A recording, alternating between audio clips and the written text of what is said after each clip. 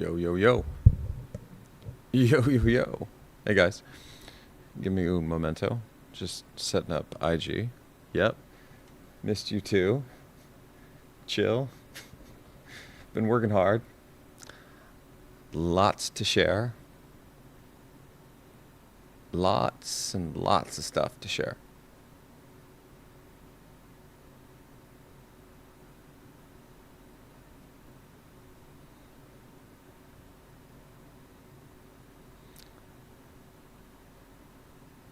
Just setting up IG over here and double checking all the stuff. Cyber, what's going on, brother?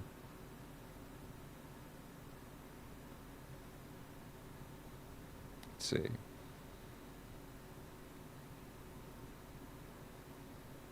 Okay. Got IG almost rolling.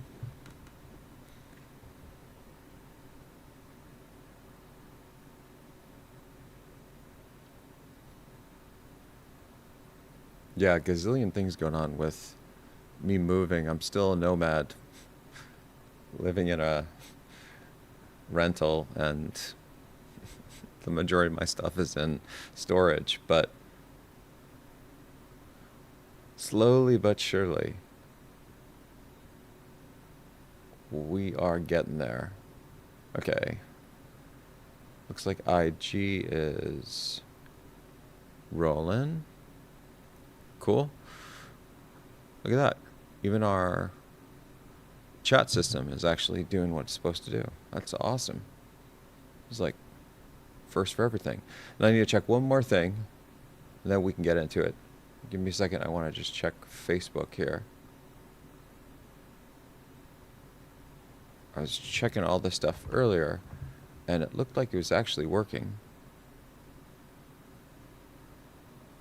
Check one more thing. Oh. Then we can get into it. Mute this. Cool. All right. Good morning from Greece. Yeah. Hello from NorCal. How are things in Greece, Cyber? Speaking of which, while everybody's hopping in, if you want to do roll call and let us know where you're dialing in from, that's always one of my favorite things to do. As all of you guys know, I'm dialing in from NorCal. Cyber's dialing in from Greece. Sleepy's coming in from Queensland, Australia. Sleepy, what's going on? Tokyo, oh, awesome. So great. Love that, Steve. I like that so much on it. Yes. Anybody that shares where they're dialing in from, you're going to get an immediate blue heart. Reno, Nevada. Yeah. That's actually pretty close to me, Thaddeus. That's probably... Oh, come on. Virginia. Excellent. Thaddeus, I'm trying to click on you. It's got this weird bug where if I click on your name, it's probably because your name is long. I wonder if I can do it from over here. Oh. Okay, hold on. I'm committed to this, Thaddeus. If I make this thing a little bit bigger. Yes. Yeah, exactly. 100%. In fact, where I am in NorCal, I think it's actually one of my friends just spent the weekend in Reno, and I think they were saying it's like 2 hours from where I am, because I'm a little bit inland now, over closer to Folsom. Not exactly, but around there. Yeah, Sleepy. Oh my gosh, I love that. Yeah, so as all of you guys know, the keep going and keep growing is really our key motto, right? And I was actually just talking to Kat. Hey, Sarah. And I figured out a whole bunch of stuff on, I think, how to make the streams better, how to just generally create better content for the clips and stuff. And part of that is what I do on the daily is I'll spend a certain amount of time building, and then I spend a certain amount of time just growing. And I'll literally like switch between building and the going part, and then move into the growing part. And in the growing part, I specifically focus more on just trying to learn new things and explore new territory on stuff that I haven't fiddled with before. And one of the things that I was working on more recently is how to express the stuff that I see in my head in a clearer way through visual representation. And for those of you on YouTube, Twitch, and Facebook, actually. Facebook, we're in landscape mode.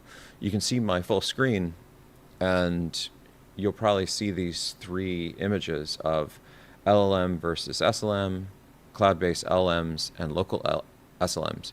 So what I often do in the live streams is, in my head, I can see it, and I'll explain how it's showing up in my head. But oftentimes, the way that I'm articulating it in my words, it's not really capturing the full essence of what I actually see.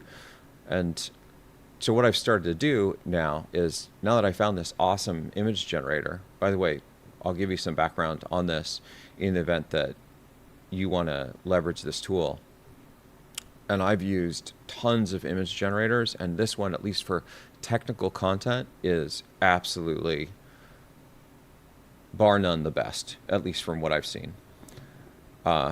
Anyway, so what I realized is that if I could just have a visual artifact, very much like what Cyber does for Echo, what's going on, brother?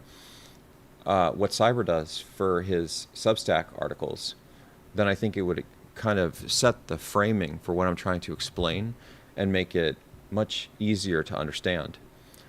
And I've created a couple clips recently over the last few days that you guys may have seen on YouTube, IG, and various other places. And it seems as though that's helping people understand what I'm trying to explain much better. So they have me talking about it, but then they also have these cool diagrams that's really getting at the heart of these like talking points. So anyway, just going back to the whole point of keep going, keep growing on what Sleepy was saying. It's not something that I just say. It's actually something I really try to live and do kind of on the daily. Anyway, I think there's a bug because I feel like Cat has leveled up from 1 to 2 like 15 times now. We'll figure that out later. I blame the stochastic AI for not figuring out how to like sort stuff out. Don't worry, I've got all the log data, so we'll eventually get this right, and it'll get everybody leveled up to where they should be. Anyway, so today hold on, let me look at some of these comments here. Excellent, XPL. Super pumped to have you back, by the way. I've been following your comments on the clips and the VODs. It's good stuff. Yeah, so let me actually let me get into the moving situation real quick so we can get the, what is this, the elephant out of the room kind of thing. As many of you know, I'm moving from kind of the heart of Silicon Valley to a little bit inland, a little bit east, mostly because I don't really need to be in the hustle and bustle. I don't work for big tech anymore, and I kind of have no interest in doing that again.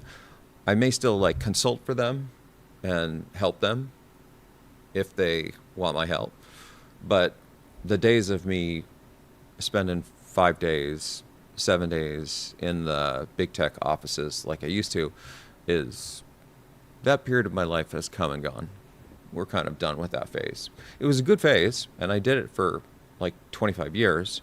So if you're in that phase, I think it's a really good rite of passage. And I think you can learn a lot of things and create a lot of discipline. But where I am now is I'm kind of doing my own stuff, right? Doing GTT, teaching and research at Stanford, and just kind of like a lot of meandering. So because of that, I've decided to move inland, largely because, if I'm being honest, I never really loved the mad hustle and bustle of like central Silicon Valley. As many of you who actually know me, I'm actually an introvert, and I just kind of pretend to not be an introvert when I go online.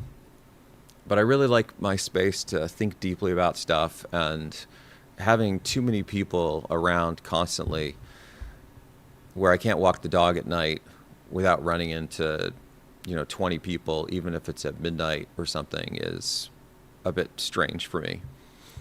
And so I'm finally in the position where I can be a little bit out of the heart of the valley. And so that's what I'm doing. But in order to do that, I'm selling my house, I'm in a rental, and I'm getting ready to buy a new place. And all of this is happening at the same time. So I've been remodeling my old house. We've been working on that, overseeing that project for the last 2-3 months, and then getting established in the rental so I can continue to do the live streams and the VODs and building and stuff. And then at the same time, trying to find the actual house that I'm going to live in. And I need to kind of figure that out soon, because while I have this awesome new landlord and he's super gracious about letting me be in this space, he's basically let me know that, the clock is ticking and I was only supposed to be here for a couple months, and a couple months is kind of, my time is coming up. So with that said, there's some urgency to sort out the stuff with my old house, make sure I find my new place, and make that all magically happen before I end up on the street from my current rental situation. And the good news is we're close. Again, very close. My old house actually went on the market this last week, and I think they're doing the open houses today and tomorrow. And I think I've actually found a new place that's looking pretty great for me to do all my wacky stuff. So over the next month or so, I suspect it's going to be like sheer madness on all the stuff that I'm doing. So you may have a little bit of, oh my gosh, the rideshare stuff. Whoo boy, I feel for you, XBL. That good for you. That's like a lot of patience. And hold on, give me 1 second, guys. That's like a lot of patience and a lot of strength of character to be in a ride share with several people for several hours a day, like many days a week.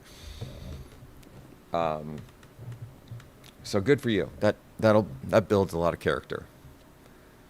Anyway, so and Seth, we're going to get into this. As far as the hardware and other things that you need to run the local AI. And it is, unfortunately. And I can kind of explain why hardware is getting significantly more expensive. It's it's very much like a massive demand type of situation where we have the resources for all this stuff, but largely because of the massive data center craze and big tech kind of eating all the hardware up, the compute and the memory and the storage, it's making the rest of our lives really painful because that stuff is getting significantly more expensive. And this is maybe one more reason why we should really be against these massive data centers. So we'll get into that. And then, Seth, another great question about avoiding Gwen. I'll give you my honest take about this. And I think things are going to get real wacky real soon. And I've been hinting at this for a while. For those of you that are on IG and TikTok, I just want to move this front and center so you can see this. This is actually maybe the first thing I want to talk about, which is this new push from OpenAI to ban Chinese models. And I got to be honest with you, I'm a little bit conflicted on this because I'm very much for letting people do what they want to do. As long as they're not hurting other people, just you do you. And I try to just butt out of people's business and give them guidance on things that I think, like, just be safe. But what you decide to do with your life and your decisions is not my business. So I'm very against doing things like outright bans of stuff. Now, as with most of the stuff from my perspective, a lot of this is very nuanced, right? So my general view is 95% of the stuff, I think it should just be let people do what they want to do.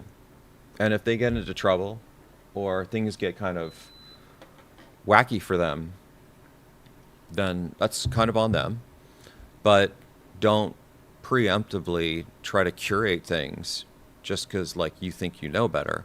I don't generally think that's like a good philosophy. So on one hand, I'm 1,000% for things just being open, like freedom of speech, freedom of religion, freedom of AI models.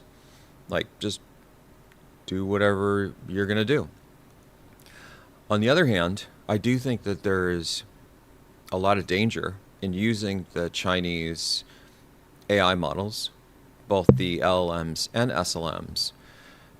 And beyond just the danger, there are really big economic concerns. And this is going to take a while to kind of decompress because we have to look at the technical aspects and like the technical dangers, but then we also need to look at like the economic implications, both locally, so things from a domestic perspective, but then globally, and what it would mean in terms of allowing the Chinese AI models to be used in sort of an unfettered way, or to restrict them and the dangers that might, or dangers and problems that come about from banning them. And there are downsides to banning them as well. Like, it's going to create a lot of global economic tension, and it could result in a relatively large trade war and export-import problems, right? Like the stuff that we've seen with the tariffs lately. So none of these things, I think, are super easy and straightforward. One of the other angles that I can't help but think is being played out by at least the US government is there are really interesting angles from like highly strategic positions when you think about allowing the Chinese AI models to flourish for some period of time to put economic strain on US companies that are building competing models that are getting undercut, which then potentially reduces their valuation.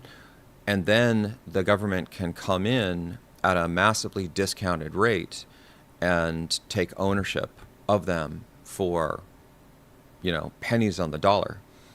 And if we think that they're not thinking this angle, that this is not crossing their mind in terms of like letting this play out so they can get massively rocked, and then the government can potentially come in and save the day,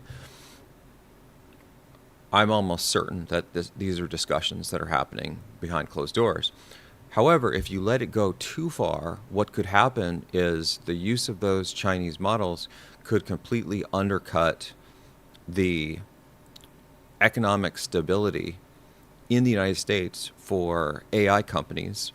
And the byproduct of that could result in massively diminished advances in STEM, specifically AI research in the US. So it's basically what I'm trying to say is this is a very, very complicated situation. When you move away from just the dangers of using the Chinese AI models as a person or as a company, and I absolutely think that they're massively dangerous, and I think, as Cyber's pointing out, I don't think anything from China is free. I think that there's a massive strategic angle here that both is economic and political at play. But it's going to take some time for us to kind of unpack this. And I actually created, since I'm getting, I have a new plan, which is before any of these live streams, what I'm going to do is for the topics I'm going to discuss, I'm going to use my AI image generator to create the images for me first. And then I'm going to kind of talk to them. And by the way, Cyber, I'm super pumped you're here because you're kind of an inspiration for that. Is your articles on Substack are, like, your images are so incredible that I was just thinking about it, how it sets the frame for the stuff that I read, because I already see like into your head on what you're going to describe. So basically, in some sense, I'm following your model because I think it's so freaking awesome. And for any of you that aren't familiar with what CyberSense Substack articles are, you should definitely check it out. Let me see if I can find it real quick. And Cyber, feel free to drop the Substack link if you have it, if you can type it out. I know you might be mobile, but let me see if I can find it.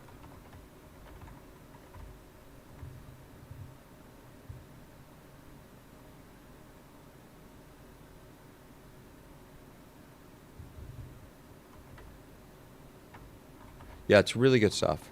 In fact, we have two really incredible authors, writers online right now that I follow and I'm subscribed to. And one is Sarah. So, Sea Lion Sarah. She's just this really brilliant writer. She writes a lot of interesting stuff. Curiously, I think that Sarah is secretly an expert in Brazilian Jiu-Jitsu because I feel like many of her articles have some foundation in BJJ. I feel like the first or second sentence of almost all the Substack articles that I read from Sarah are, in BJJ, this happens, we do this. And I'm like, okay, so mental note, don't ever get into a physical altercation with Sarah. She will kick your butt. So anyway, we have Sarah, and she writes incredible things. And then we have Cyber, and he writes incredible things.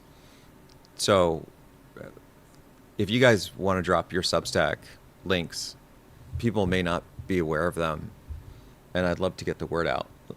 Let me quickly see if I can find. I think I need to switch to a different browser. Yeah, let me just bring this one up.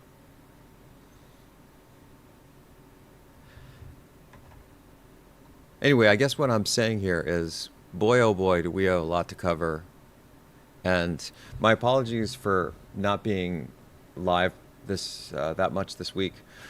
Mostly it's just been the chaos of sorting all this madness out. But I'm getting close, guys. And I got to tell you, living like a nomad, it kind of sucks, right? Like I don't have my couch.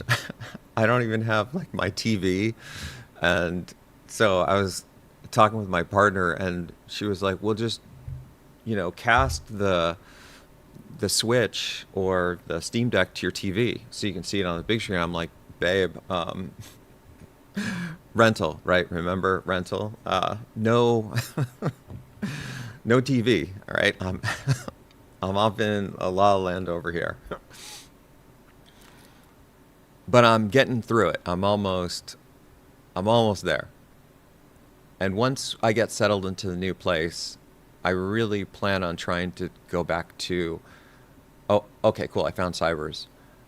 My plan to get back to doing live streams every day. Like it's not going to happen overnight, but my end game, at least when I'm not teaching at Stanford, is that I'll live stream every day for at least 30 minutes to talk about anything major that's happening. And obviously, in the space of AI and tech, major stuff is happening all the time. And so, thank you guys for bearing with me. I don't like at all that I've only been live streaming like once a week. I think that kind of sucks. And we're gonna fix that. Okay. So quick shout out to Cyber. Let me just show you his page. Thanks for sharing that, Cyber. So this is Cyber's page. And one of the things that I absolutely love about Cyber's stuff is on every one of his articles, he has these awesome images, right, that he'll drop in here that you can look at first, and then, at least this is what I do. I look at the image first, and then I read the article because it kind of sets the stage. And it's really curious. Like this one, I was reading this one the other night, and I thought it was such an interesting combination of these characters. Like this is a character from, I think, Francis Bacon's, one of Francis Bacon's books, the famous scientist who actually invented the refrigerator, the freezer. Sadly, to the best of my knowledge, Francis Bacon actually died in the process of making this discovery. That he realized, I think he had pneumonia or something, and he realized that freezing things, it was like on some trip, I think, when it was snowing out, and he realized freezing things would keep them longer. Like I think he had some meat or something, and he put it in the snow. But in the process of this discovery, I think, by the way, I may be getting these details wrong, so don't crucify me if I'm not exactly right about this. Maybe this is just folklore, but it makes for a good story. Anyway, so Francis Bacon, he made this observation, and he's sort of the father of modern day refrigeration, at least to the best of my knowledge. So anyway, this character is this main protagonist in one of his books. Then you have Dr. Manhattan. This is like a massive jump. Like this is welcome to CyberSynth's mind, right? So we go from this world-renowned philosopher and one of his fictional characters in his books to now we're in superhero mode where we have a Dr. Manhattan from the Watchers, right? Who's like this omnipotent, omnipresent guy that it has a really interesting morality system because he's so powerful. Very interesting character. Then this guy, I can't remember exactly who this guy was, Cyber. Maybe you can remind me. But then this last guy, this is from Metal Gear Solid, right? so, so this is a very, I mean, in my mind, I don't know that I've ever read something where the characters that he's connecting here are so diverse and eclectic. It just makes for some very interesting reading. Anyway, so he does these kinds of pieces of art constantly where, yeah, like literally the moment that Cyber comes out with his articles, I look at it just so I can check out the art that he comes up with. I mean, I think it's, I don't I don't think I'd ever be able to create art that's like this incredible. And even if he's using AI to help him, just the ideation of how to combine these things, I think, is brilliant. It's really incredible stuff. So anyway, you should check out Cyber Stuff's. Not only, oh yeah, and he also drops interesting plugs for me in his stuff once in a while, which I love. Thanks for that, Cyber. High five. Anyway, so that is CyberSynth, and then there's also Sea Lion Sarah. And let me see if I can find her.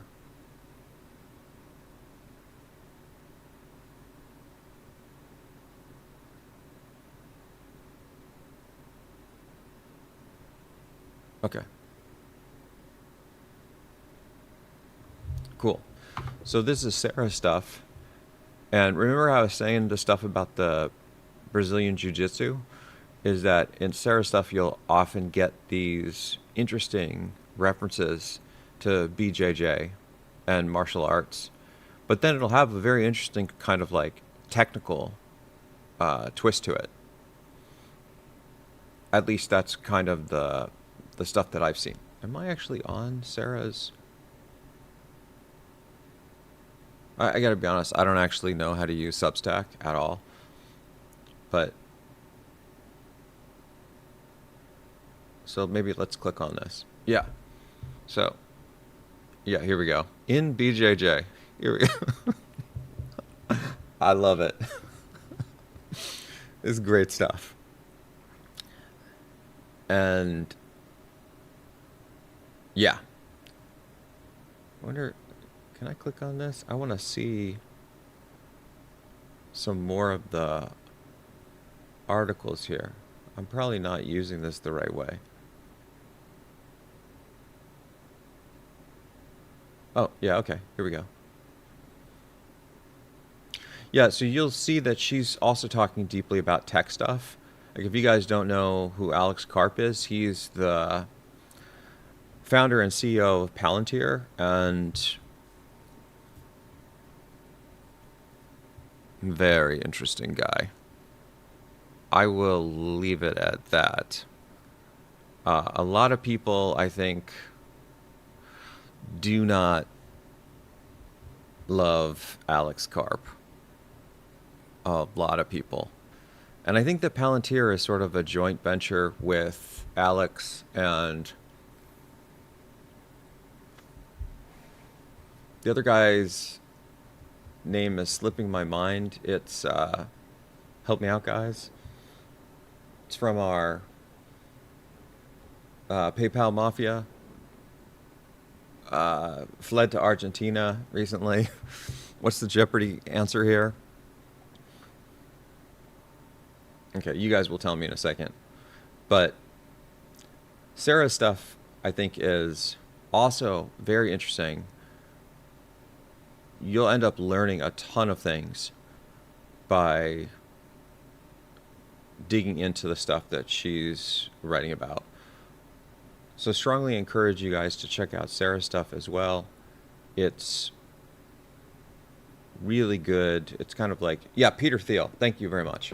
Yeah, that's exactly. Yeah, that's right. Yeah, or Thiel, however you say his name. And I think that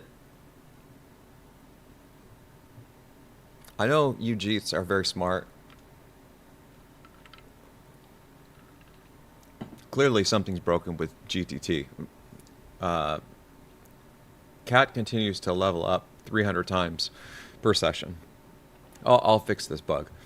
But going back to Palantir, Alex Karp and Peter Thiel, or Thiel, however you say his name, the two of them together makes for a very interesting combination.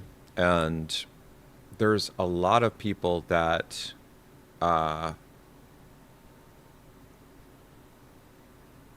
Palantir is a very interesting company. And as you may know, in the current climate today with Palantir, their countries are starting to outright ban them. I think it started maybe with France. I think France banned them, and I feel like it. Oh, awesome, Echo. And I feel like there's other countries now that are following suit to ban Palantir outright. So just to be clear, it's not that companies that are working with Palantir have decided to stop working with them. That has also started to happen, but it's gotten so bad that the countries and the governments themselves are banning Palantir from working in that country for various reasons. And I don't know that I want to get into yeah, it's all your fault. It's all your fault, Cat. I don't want to get into all the details of the chaos of Palantir in this live stream, but it is a very curious thing that's going on. I think that Alex is a very smart guy, but I do. There's like that cartoon, Pinky and the Brain, right? Where they have this saying at the beginning of it, like, what are we going to do today? We're going to take over the whole world. It's going to be world domination. I don't know that that's too far from what maybe crosses Alec Karp's mind when he wakes up in the morning. Like, I get a vibe that anything short of world domination may not be sufficient for him. Anyway, we'll get into Palantir and the curious Alex Karp at some point. Oh, yeah, look at this. I didn't even read this quote, but that's exactly what I'm talking about, right? This is literally...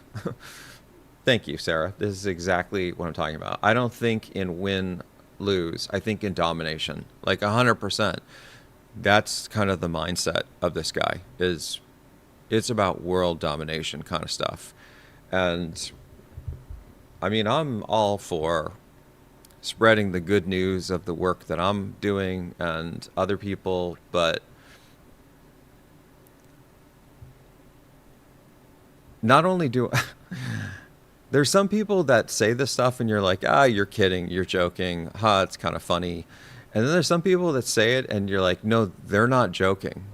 That's actually what they're hoping to achieve. And people that I think actually have this end game in mind, if they achieve this type of stuff, I think it could go very badly for everybody else. Anyway, yeah, 100% Thaddeus. I think that, let's see if I can heart you now. Yes, I can heart you, Thaddeus. Yeah, Thaddeus is saying, like the other AI CEOs, I'm sure he thinks he's the best thing since Air. Yeah, absolutely. And I do think that some of the AI CEOs, this AI CEO excluded, right? But I do think some of them have gotten a little too in outer space these days and are drinking a little bit too much of their own Kool-Aid and need to kind of just take a step back, chill a little bit, and return to center, become a little grounded. Anyway, let's shift now back to the two key topics at hand. And maybe let's start with this one, which is the potential banning of Chinese AI models. Okay. So, as many of you know, I've been talking about the shift from LLMs to SLMs for some time. I'm a huge advocate of this shift. I think that SLMs are better than LLMs for 1,000 different reasons. And some of those reasons are shown in front of you right now. Right? There's these three pictures that local and it's not to say that, let's be fair about this and be scientists. There are trade-offs in any of these things, and there are certainly cons of the local SLMs. Like somebody was saying earlier here about the questions about what kind of hardware that you need. Seth was saying about the hardware that you might need and which ones to use to kind of stay away from bad actor type of models. So there's definitely some dangers, but overall I think the pros significantly outweigh the cons. Now, in the world of capitalism and big tech AI and massively funded startup AI, you're going to constantly hear the pitch that cloud-based LLMs are the way to go, mostly because that aligns with their narrative, right? That's the real reason why they're pitching it. They're not actually trying to give a true scientific and fair breakdown of it. They're sharing that story because that story is going to help them make an insane amount of money. And for me, all I really care about ultimately is I just want us to have the best tech that's possible to help us solve the problems that we want to solve. And when I look at this, it's very clear, it's wildly clear that cloud-based LLMs are absolutely the wrong direction for 1,000 different reasons. There are some pros to them, but mostly it's just a slew of cons. The cost of maintaining them, the cost to the consumers, the damage to the ecosystem, the dependency that we have on big tech and their demonstration of how they can't be trusted. There's like so many reasons why this is a terrible path forward.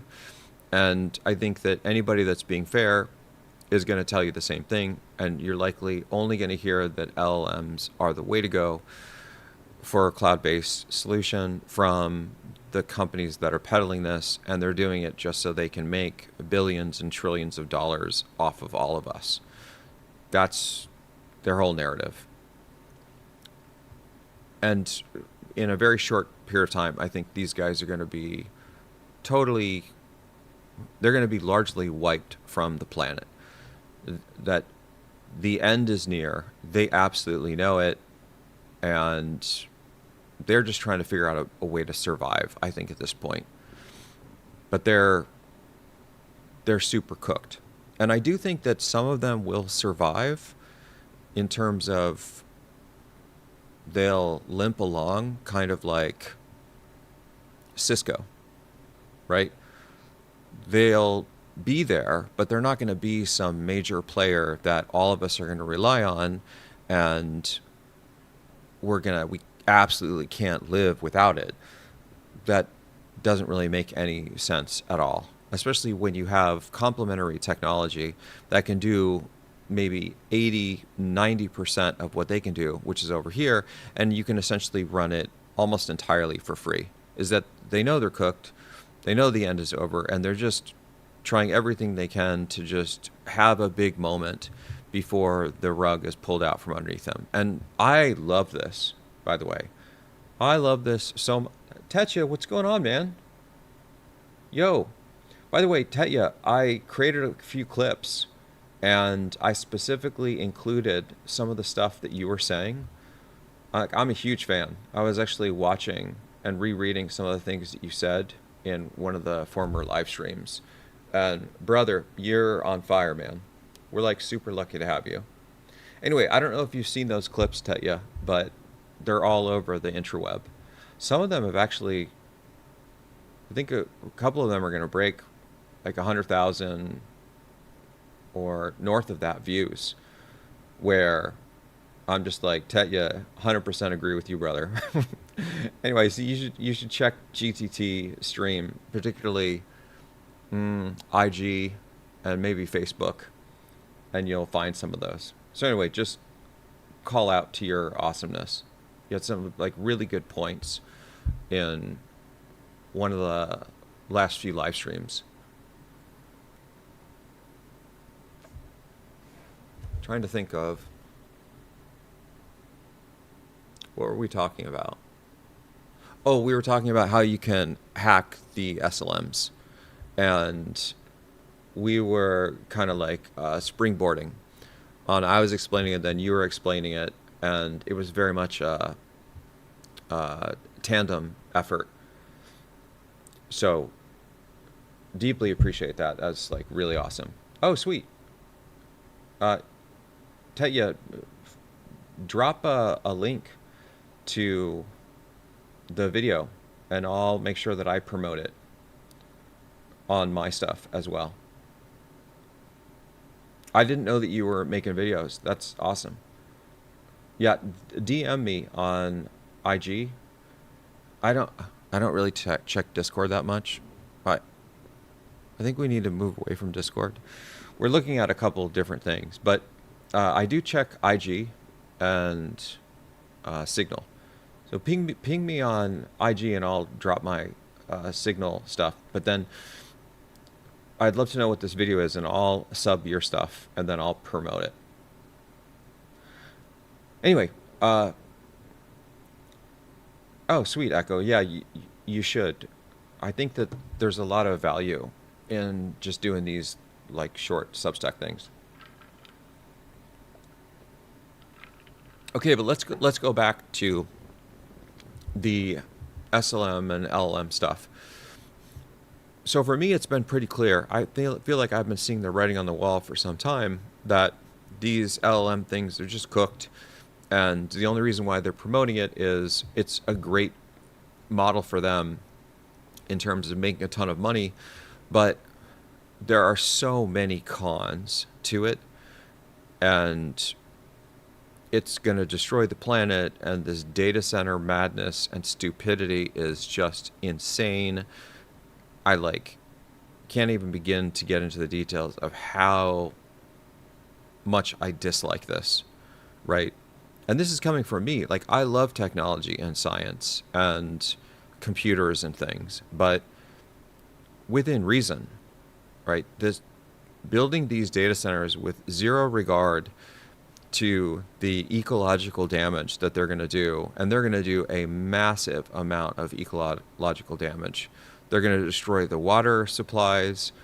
They're going to essentially overload the power grids. It's going to be bad in 1,000 different ways. And that's just the data center aspect. That doesn't even get into the stuff of it's wildly expensive. It's going to require us to stay locked with them. They're going to change the pricing model to however they want. And then they can decide to block us at any point. Like if they don't like how we're using the AI, which I think maybe some of you guys have seen, then yeah, 100% Bayek, 100%. I love technology, but not enough to destroy the world. Absolutely. That we should be able to love technology and see it flourish and not unalive everybody in the process. So yeah, so this is all just hocus pocus nonsense. It's just all lies and propaganda, basically, and they're done. So it's clear that the SLMs are going to be the future long term, but it's not as straightforward as just the SLMs, because there are different aspects to the SLMs. And one of the key questions is how this is going to work when we consider these Chinese models.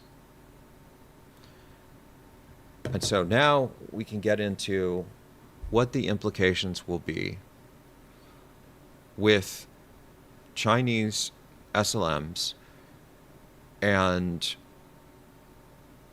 what this actually looks like in kind of like the global landscape, as well as what if the United States decides to ban these? Because I do think that there's a very real possibility that the US government will lay down the law and ban Chinese AI models outright for a variety of reasons. And, I don't think it's going to have anything to do with saving OpenAI. I don't know that they give two Fs about that, but I think that they deeply care about the global landscape, especially when it comes to economic superpowers and how the AI models from China could undermine the financial strength of the United States. That, I think, is the much larger thing at hand here. Yeah, and 100% XBL. And so part of the reason why I want to talk about this is actually just to the point of what XBL just said, is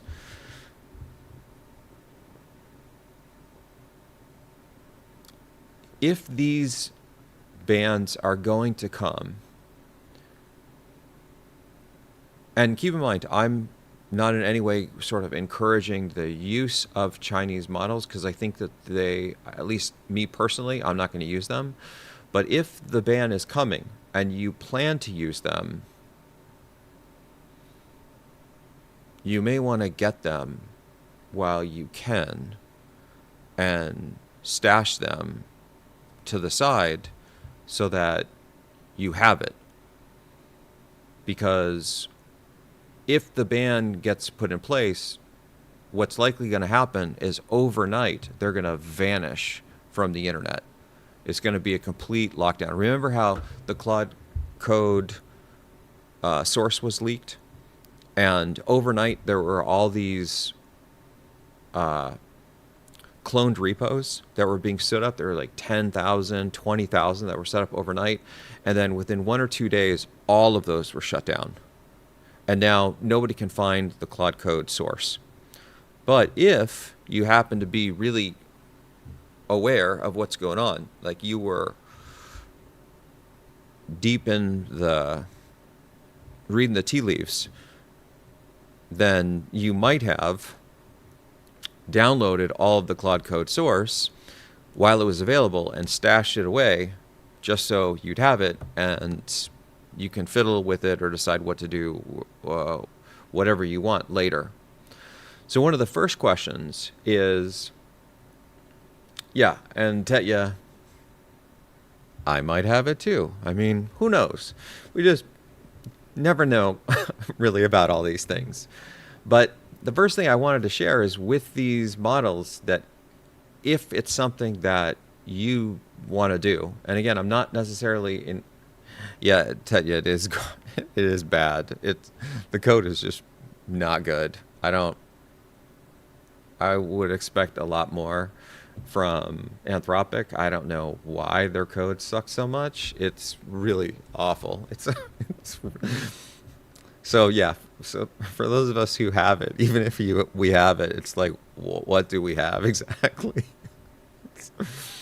No wonder Claude is having such trouble. Like, if this is the best code that people can write to build the thing, yeah, there's a lot of work to do. So the first thing that I wanted to share, basically, is along the same lines, is I generally, going back to what we were talking about earlier, I generally don't like these types of lines in the sand where It's the government stepping in and saying this is banned, that this drug is banned, or this thing is banned, or whatever. I understand that there may be cases where something is so dangerous that you're trying to protect the public, but oftentimes it's more of a political gaming thing, and the motivations are not in the interest of the public. It's more of an interest in not being able to properly tax these things, or potentially is going to work against the government that's in power, their motivations, their goals. And in this particular case, I think that there could be a real chance that these Chinese models could be banned simply because of the negative impact that they're having, like on technological advances in the US, specifically as they relate to AI. That it could stifle the advancement of AI development in the US because people would leverage those, and that would shut down or cripple some of these companies in the US, which would then potentially, as a side effect, reduce the sort of think tank nature of those companies to advance the science forward. And then it could also put like an economic stranglehold on the US from China, which would long term create a lot of challenges with the US being like an economic superpower, right? So, hey, Casper. Thanks, man. That's hilarious. Yeah, not the goat, brother, but appreciate the love. It's great to have you here, man. So, going back to this, what's tricky about this is I can see some benefits of this, because I do think that these Chinese models, I have a very strong conviction that there's stuff that is hidden in them or will be, and it is going to potentially not work to our advantage. And our advantage, what I mean is anybody that's not part of the CCP. Which is why I'm saying I think you should sandbox these things and air gap it, because you really want to protect yourself from those inevitable moments that I think are on the horizon. But I don't think that, personally, if I was in charge, I wouldn't ban them for that. And when we start to dig a little bit deeper, one of the bigger questions, and I think the reason why these Chinese models haven't been banned yet, is if the US government decides to ban the Chinese models, there will be a massive global consequence that's likely to play out that's going to create a potential trade war scenario and escalate tensions between the US and China beyond what they already are, right? Yeah, exactly. 100% big wave. And so what Big Wave just said, I want to talk about this for just a second, because I actually created another image just for this, so you could see what we're talking about here. I've said many times that when you use these Chinese models, they're essentially anything that you put into those models, you should consider that that stuff is just going to go straight to the CCP. And what I'm talking about here is this Article 7, right? So the CCP National Intelligence Law. All Chinese entities must cooperate with state intelligence, including embedding backdoors, okay? This is legislation, guys. It's legislation from the CCP that basically says that not only does the CCP get access to anything they want in any of the companies that exist in China, that they have to embed backdoors into their software systems so the CCP can get into them anytime that they want. So it doesn't matter if the companies themselves are good actors. They could very well be, right? It could be that ByteDance is a great company and Alibaba is great and so is Moonshot. And all of those companies, they're really good people and their intentions are wholesome. They're just trying to create a company that's viable so they can feed their family, all that stuff. But it doesn't matter because in the end, the CCP controls everything that they do. And so when you use these models, it's not that you're using the models from the company. It's that you're using models that the CCP ultimately controls. And that is really dangerous. That is really dangerous. If you have anything in there of value, that you should just consider that anything that you type into it, anything it produces, you're essentially giving to the CCP. So you build a product with DeepSeek, you can just consider that the CCP now has that same product. Any brilliant ideas that you come up with that you're brainstorming with it, well, the CCP also has those ideas, right?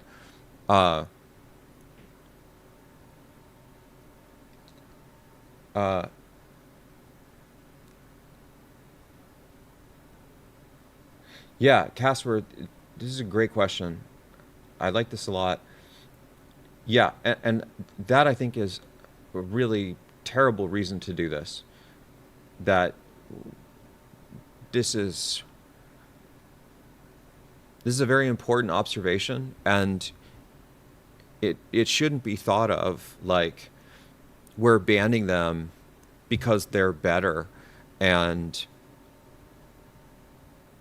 we suck, and so let's just move them out of the picture so we can pretend that we're best. And I think that if people think about it this way, I think they are being very naive, and you shouldn't blindfold yourself to that. In reality, I think that part of the reason why the Chinese models are so good is they basically just they did knowledge transfer by training on the US models and then refining them over time. And then the most recent, I think, Kimi model, I'm hearing that supposedly it's as good as Fable, maybe better. And I think that's possibly totally true. But if you look at the core technology, what I see, at least from a peripheral glance, is it looks like it's just better because it's bigger. It's not better because it's technologically superior. And I think I just did a clip on this about how we should try to avoid conflating the idea of better with bigger. And I think this is particularly relevant for the AI wars, is it's really easy to have a model kind of appear to be better simply because it's a bigger model and now suddenly it can do more stuff. But with that bigger, what's happening is it comes with all these consequences, these byproducts, that it costs more power, it's more compute intense, it's going to destroy the planet, it's going to be slower. So it's not like true innovation in the sense that you essentially can do something that is equally as powerful as something else, but it's significantly faster, or it's more efficient, or something like this, right? Those are the types of like technological breakthroughs that I think are actual advances in science. But what's happening in the AI space right now that I see, at least with a lot of the big players, is what they're really doing is they just throw more money at the problem and then it can do more stuff, but it costs more. And so you actually haven't moved the needle forward. All you've done is you've just made it more expensive and in some cases, it's like 50% more expensive for a 10% improvement in quality, 2x more expensive for 5% improvement in ability. And then that, I think, it's going to look good maybe for some silly benchmarks that nobody really cares about. But when it comes to the practical use of these things, like, should you use Fable that's going to cost $2,000 a month or some nonsense? Or should you just use Opus 4.8, which is going to cost 1/10 of that and maybe be 98% as good as Fable? I know which way I'm going, right? But because of the narrative that they're creating, it's like they're trying to lean you toward this new stuff. And it's mostly because they really don't have, at least to the best of my knowledge, they don't really have any technological innovations in their camp. It's just more of the same. It's just like throw more money into it and then make it bigger, and somehow that will be more impressive. So along the same lines, a lot of what China has done, at least from what I've seen, is they followed that same model. Is they're just going to make it bigger. They're going to do the copycat model creation, which is eventually going to lead to model collapse. Like, it's a really bad philosophy just in general to do it this way. And a lot of that is really just from stealing from what other people have done.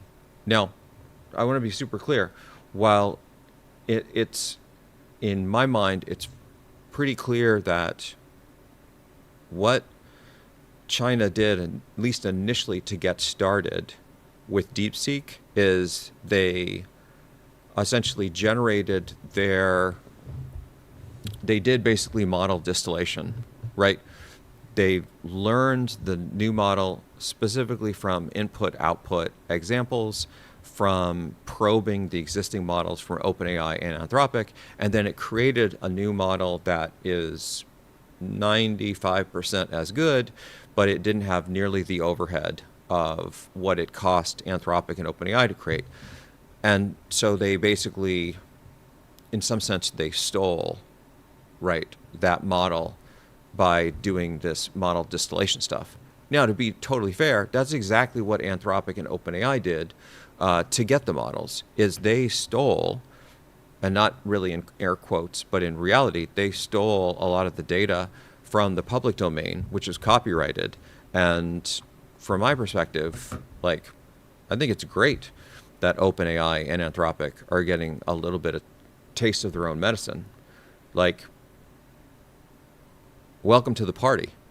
You guys have actively screwed the general public and done all of these mercenary, illegal, just really bad things, and now you're like super pissed off that it got done back to you. Like, yeah, takes one to know one kind of thing. So I think that that's fantastic. But with all of that being said, I think that what's interesting that's going on here, when you kind of pull back the curtain, is a lot of this is they're not really innovating. So a lot of the advances that are happening, there's very little technical innovation. It's more just make it bigger and somehow make it more fancy and ignore how much this is going to cost to actually run, because we just want to like kind of make headlines. So the reason why I'm going on this rant is to go back to what Casper is saying, is if you look at banning the Chinese models from the lens of, okay, ban them because they're so good and we can't compete with them, so we want to make sure that the U.S. has a foothold on the U.S. market so that we can keep this capitalism, whatever thing going. That's, I think, a bad way to approach this. And if people are approaching this, then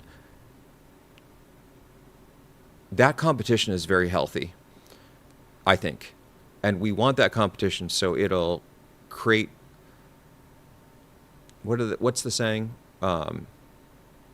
Necessity is the mother of all invention. And the more competition there is, the more likely it is to get people to actually innovate and build things that are truly revolutionary. And if they can't compete in the global stage, then that's on them, right? And so that part, I think, is actually a really important observation to make. And we want to make sure that we create an environment where that level of competition exists and the best thing kind of wins.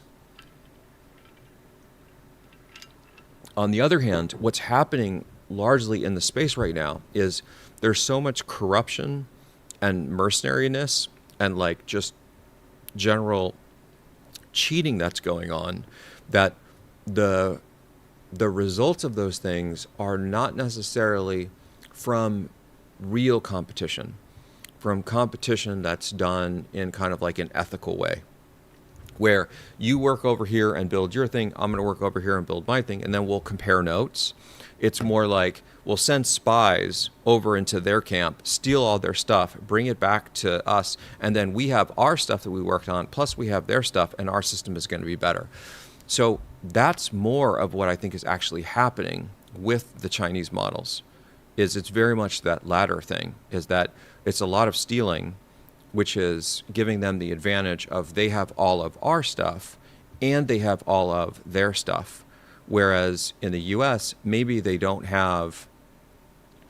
By the way, just as an aside, this leveling up thing, I think that what GCC has done is there's some embedded thing that it's trying to keep track of the leveling up, and somehow it's hard-coded like this string, and that's why it keeps shifting, is it's more that these other people are potentially leveling. It's actually super annoying. Let me see real quick if I can code this so it just drops that string. Give me 1 second. But Casper, it's a great point that you raise, because we should try to make sure that people don't get confused in this and think that whenever somebody else is beating you, you just ban them because you need to win. That's like a terrible model. And if that's what people think is going on with this potential ban, in my mind, that's not actually the narrative, and we shouldn't promote that type of philosophy, that like just ban the folks that are better than us so then we can win. And unfortunately, I do think that there is some precedence in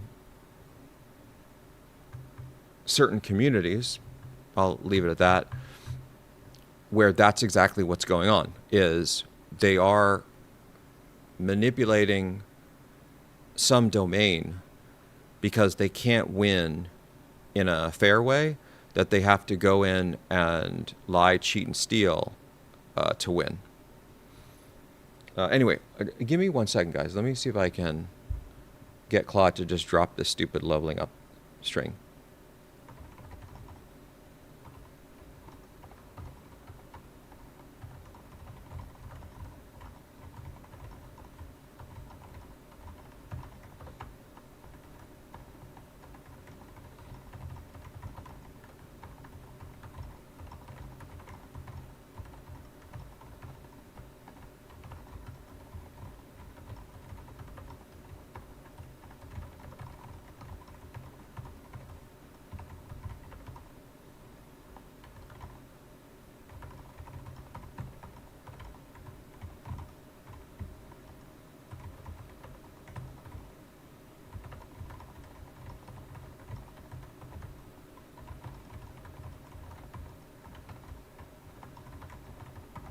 Okay, cool. So I've got Claude hacking on that. This is, I think, a really good time for us to take a short break, quick bio, and then we can get back into this madness on how we think this is potentially going to play out with the banning of these Chinese models. So let's take just like a quick, let's say, 5 minutes,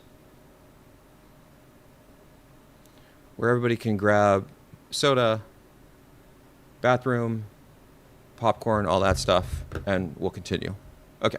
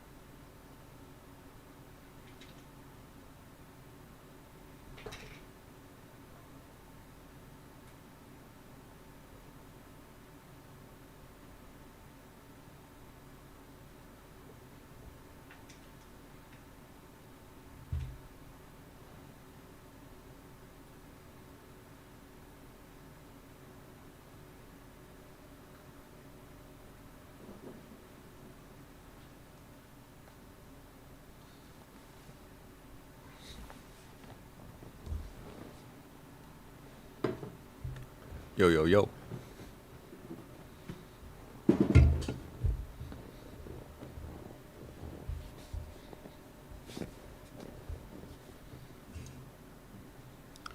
Okay. Looks like Claude fixed this. Cool. Good job, Claude.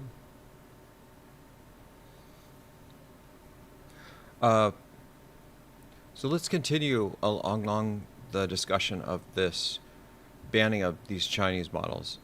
Just for another quick minute. The main point that I really wanted to get across is if you're using these Chinese models and you're in the United States, I think that minimally you should have a backup plan, because there is I think, as many of you know, OpenAI is working very closely with the US government now, right?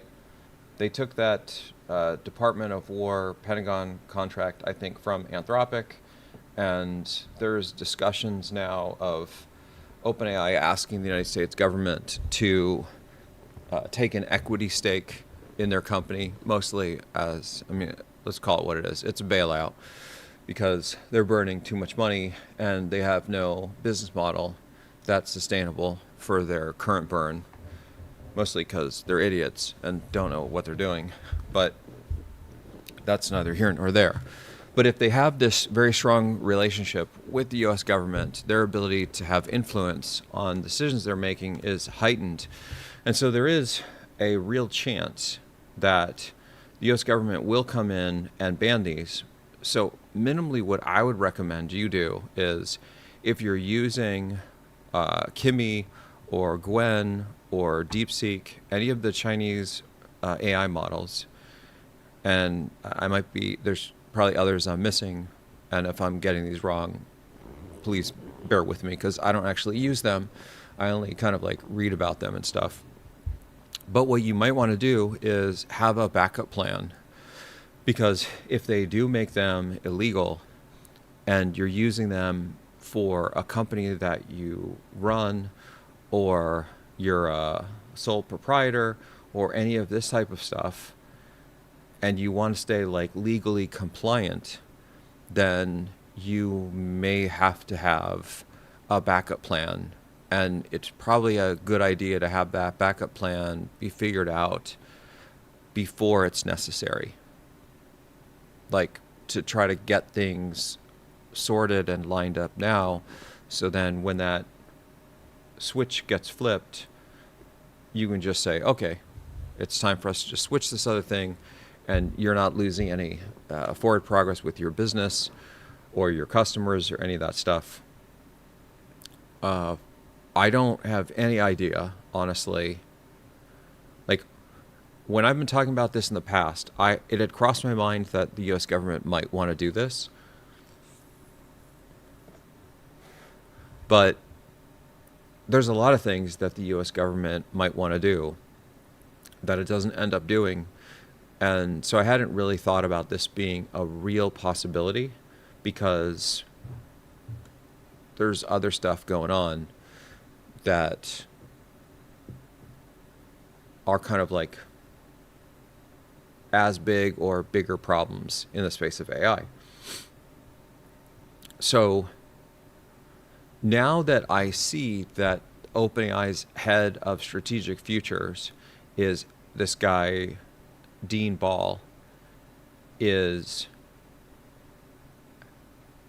actively lobbying for the US government to shut down the use of open weight Chinese models in the United States,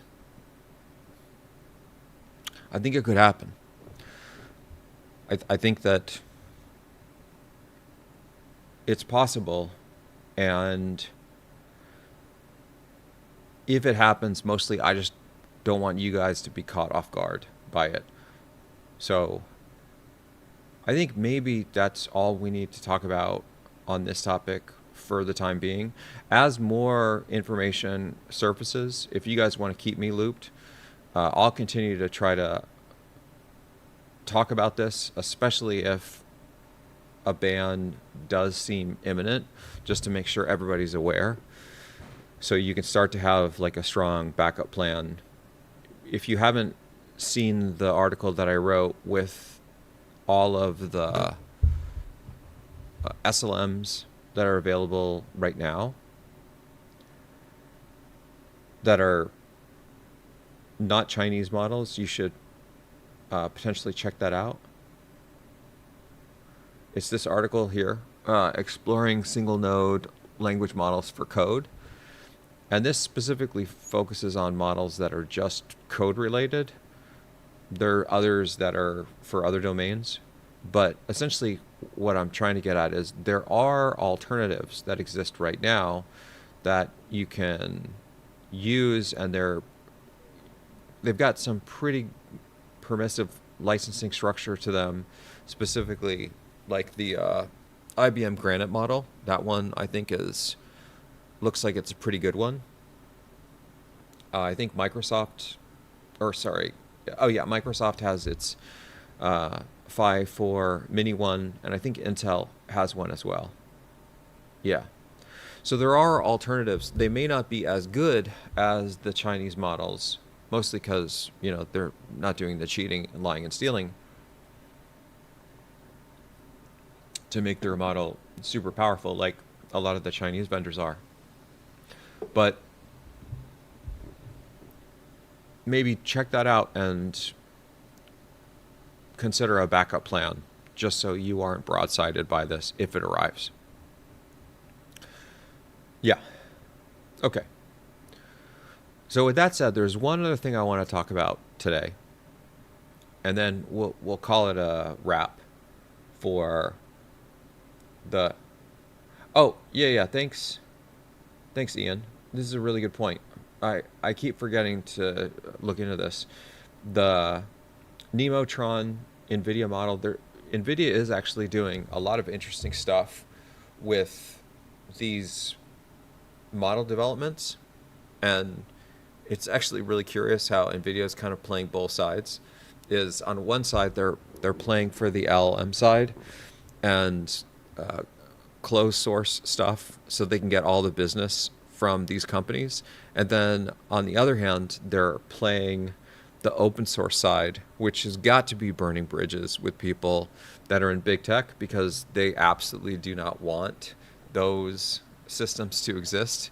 But NVIDIA is kind of like in such a flexed position right now because people kind of rely on their hardware that they can get away with this. But I gotta tell you, it's pissing a lot of people off that as soon as there is a strong alternative to NVIDIA hardware, and I strongly anticipate that is coming very soon, specifically with AI systems that don't require GPUs like diff, I think people are going to hold a serious grudge to Jensen and NVIDIA. And in some sense, I think rightfully so, that they've really flexed hard on this situation. Yeah. Anyway, so the last thing I want to talk about is, as I was mentioning, I'm going to start coming up with these images that we'll talk to for the live stream, like this one, and the dangers of these Chinese models, right? Like we talked a little bit about this, that one of the core things that makes the Chinese models significantly different than other open source is that if it's created by these Chinese companies, they must cooperate with state intelligence, including embedding these backdoors, which in my mind means that any of the Chinese models, by mandate, need to have the ability to be backdoored. That's at least kind of the way that I'm reading this. And if that's the case, that sounds like a model that I don't want to be using, because I'd prefer nation states don't have direct access and control over all the things that I'm building. Like generally, I think that I'm good without that. But so along those lines, I'm going to be creating these, where's this button? These diagrams for us to look at and it kind of explain some of the stuff that I see in my head. And I wanted to talk a little bit about the differences that I've been hinting at between SLMs and LLMs and just try to maybe articulate this a little bit more clearly with these pictures. So I want to pivot to this for just a second.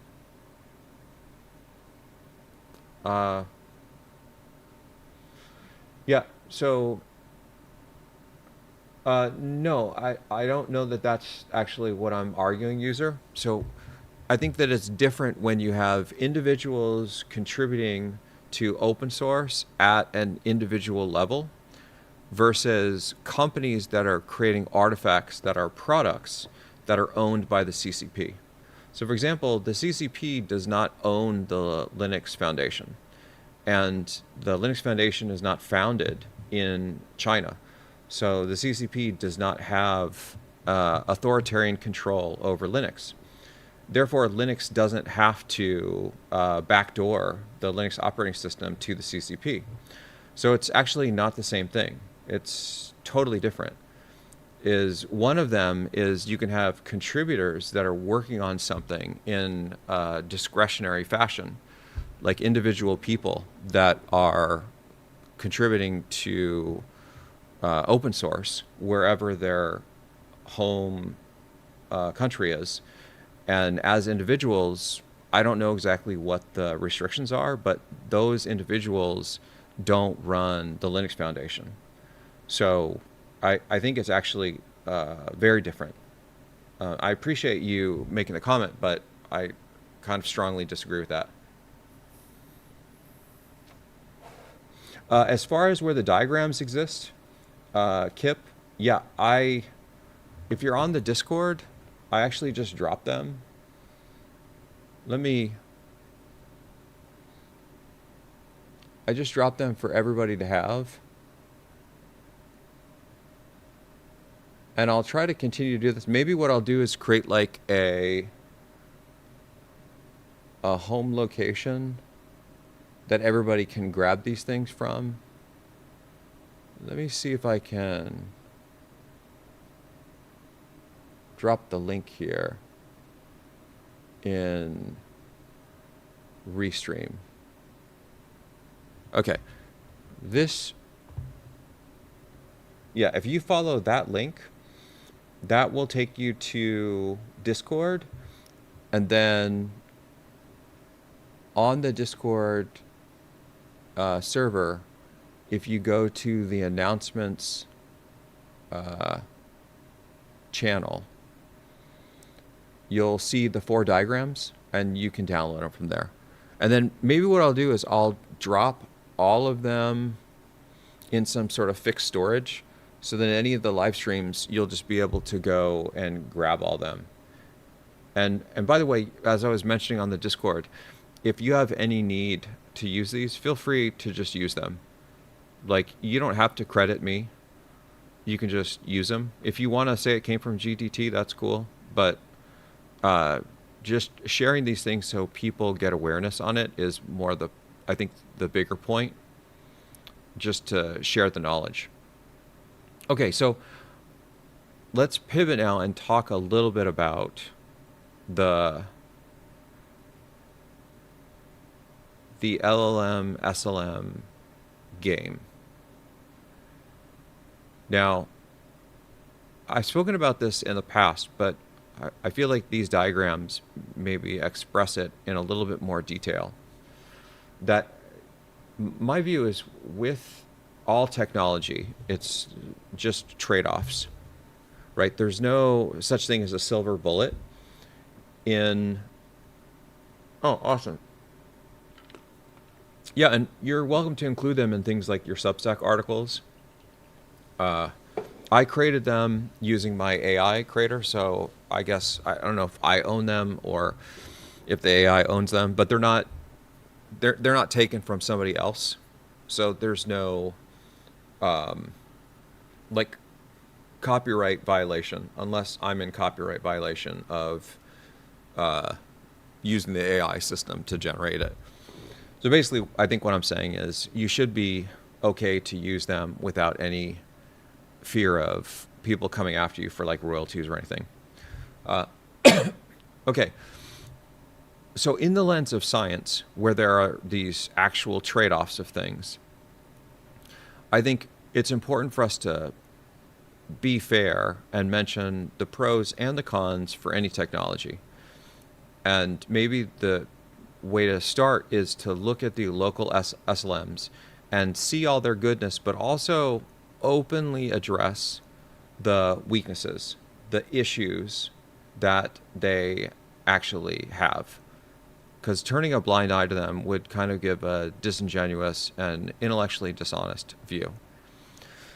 One of the biggest weaknesses of local SLMs that I think we need to discuss, and it is probably a showstopper for some people, is the requirement of sufficiently powerful local hardware.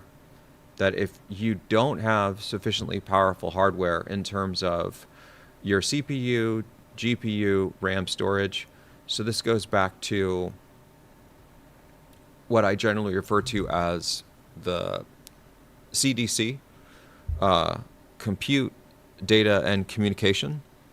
These three areas of technology, that those are the three areas that you likely need sufficient hardware for. Under the compute lens, you have the CPU, GPU, TPU, any of that stuff, various ASICs, neural processing things, neuromorphic computing, FPGAs, all that stuff. For the most part, those sort of niche pieces of hardware, I don't think that they're necessary for more of the general purpose systems. They get more into specialized systems. But minimally, if I'm being fair, you likely do need somewhat higher end CPU or GPU to run these things effectively, especially if you're going to do training. Now, most people are not even training the SLMs from scratch, but they may be doing things like fine-tuning. And even if you're doing fine-tuning locally, that will generally require a just sort of not super weak GPU. That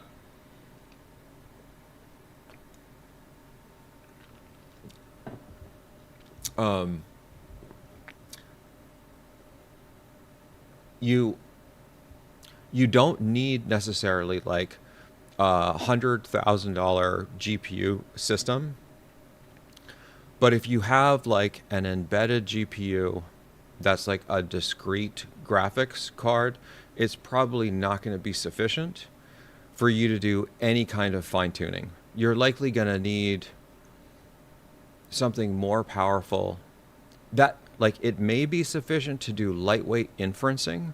Like if you have a smaller, let's say 5 billion parameter model that's just doing inferencing, not any fine-tuning, you might be able to get away with like a lower end, still potentially discrete GPU to run this locally. Now, once we get things like diff in play, diff runs significantly more efficient and faster than like a lot of these SLMs, but you're still going to need the SLMs because, tensor processors, TPUs. Yeah, we can get into that.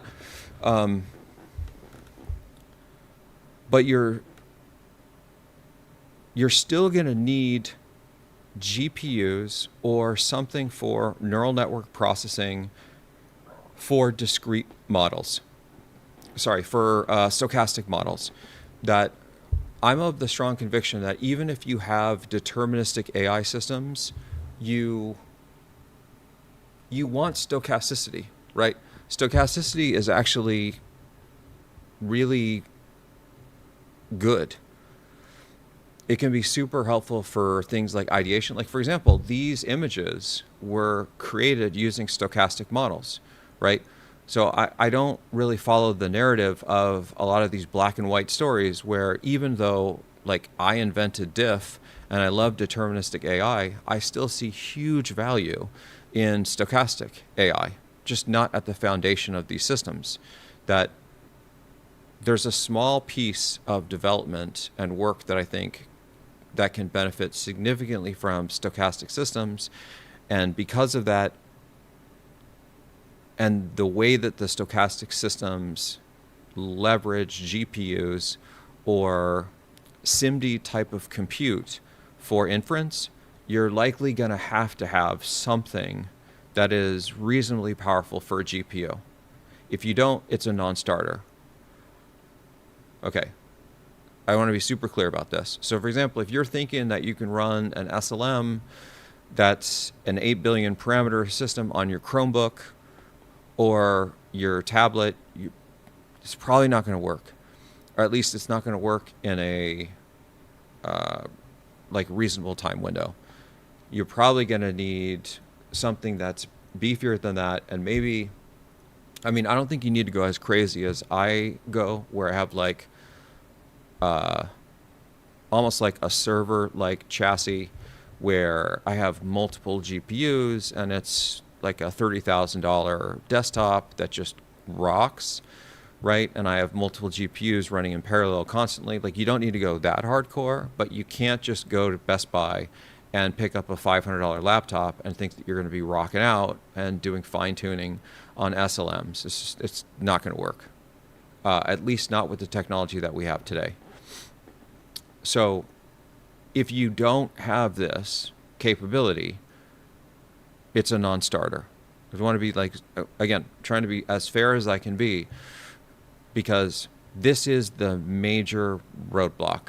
And some people that are like in developing nations, right, not the first world countries like in the United States or Western Europe, Australia, New Zealand, places like that, but more in places like underdeveloped countries in Africa, struggling nations that are sort of in Eastern Europe, other places like that. This is going to be, some of the more sovereign nations that have some religiosity stuff built in and have different import-export restrictions on technology. It may be hard to pull this off given the lack of technological advances and the lack of access to this hardware. Would actually be easier for them to use LLMs. And I think a concrete example of that is India. That India is, to the best of my knowledge, one of the fastest developing countries in the world, but it has like the largest middle class of any country that exists, to the best of my knowledge. And so while they're making significant advances, they don't have the technological infrastructure in place that countries like Australia, New Zealand, Switzerland, Germany, the UK, France, United States, Canada, and so on and so forth have. They don't have that. Not yet, right? Not at scale. And because of this, there's a huge number of people from India that are using LLM AI. In fact, if you look at the... Give me a second. I can find this. There's a diagram that I created last night.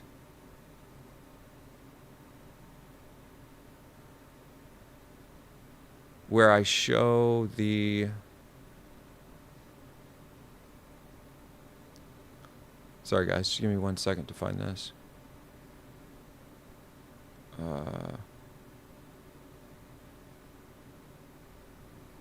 Where was this? Okay. I think it was...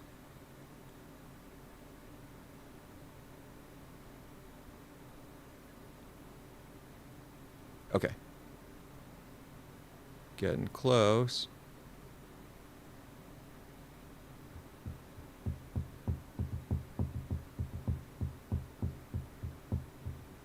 In particular, AI is being used. No, it's not on that one. Oh, I know where I can find it.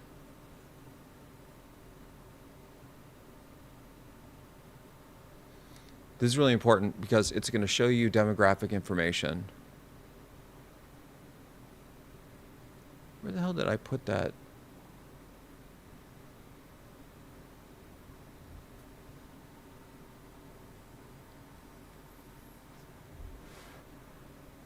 Maybe I put it.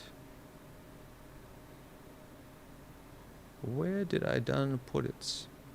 I've like, I need to spend like a full month just getting organized on where all these random artifacts are. I think the easiest way for me to find it is just to go to IG and actually watch the Instagram clip that I created.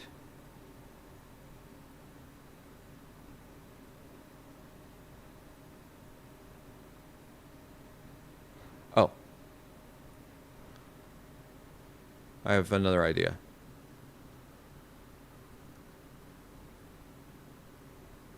Mm.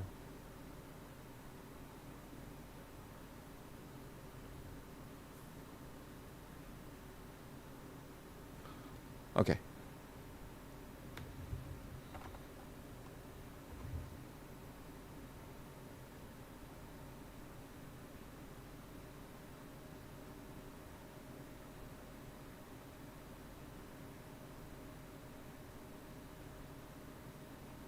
Getting close.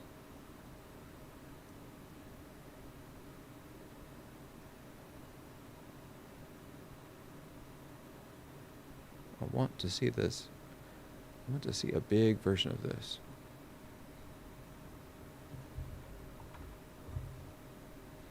At this point, I probably could have just regenerated the image itself.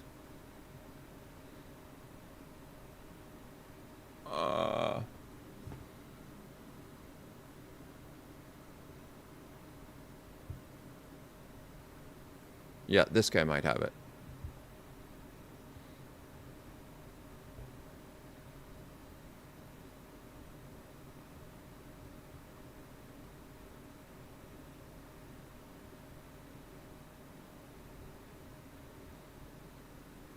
Oh, here we go. Okay.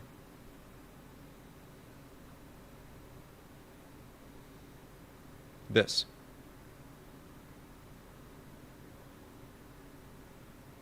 All right. This is what I'm talking about. Now, in this scenario, right here, let's look at this and let's try to understand why these numbers are the way they are. This is actually a really important narrative to understand when LLMs actually make a huge amount of sense. If you look at the market breakdown of the usage of these, and by the way, this is pulled information from multiple sources on things that I extracted last night, but some of these I think are actually a bit surprising, right? Like the top markets for ChatGPT, obviously the US, but Brazil and the Philippines and India, like I was surprised by that. Then with Claude, the top two markets are the US and India. Like I knew that the US, but I didn't know India. And then India, South Korea, Brazil. All right, so what do we know about some of these countries, specifically like India, Brazil, and the Philippines? What we know is that even though these are countries that have certain kind of like technological footprints, they don't have the technological infrastructure that places like Switzerland has. Now, because of that, it may be harder for them to just drive down to the local Best Buy and buy a $3,000 desktop that then can be compute sufficient to house an SLM. Now, in all fairness, one could potentially set up like a VPS system, right? Using something like Hostinger. And then the compute that you have is not locally resident. It's through their servers, and that works. But that also costs money, right? And that money is cost that you're paying in perpetuity. It's something that you're paying every month. Whereas if you can host the SLM through local hardware, where you own the hardware, then if you use that solution for some prolonged period of time, it's a one-off expense, right? You buy the laptop, you buy the desktop, you pay for it once, and then you essentially subsidize the cost over using that system for some period of time for all the SLMs. Now, part of the thought that I have is the reason why this is happening with these countries getting so much use is it's just significantly easier for them to connect their phone or lightweight compute to an LLM system that's going to serve them the answer. So they don't have to worry about the setup, and they don't have to worry about actually what the CDC overhead is, the compute, data, and communication overhead is. Now, it does still require some amount of communication overhead, but even in these developing countries, you still have infrastructure for things like cellular networks.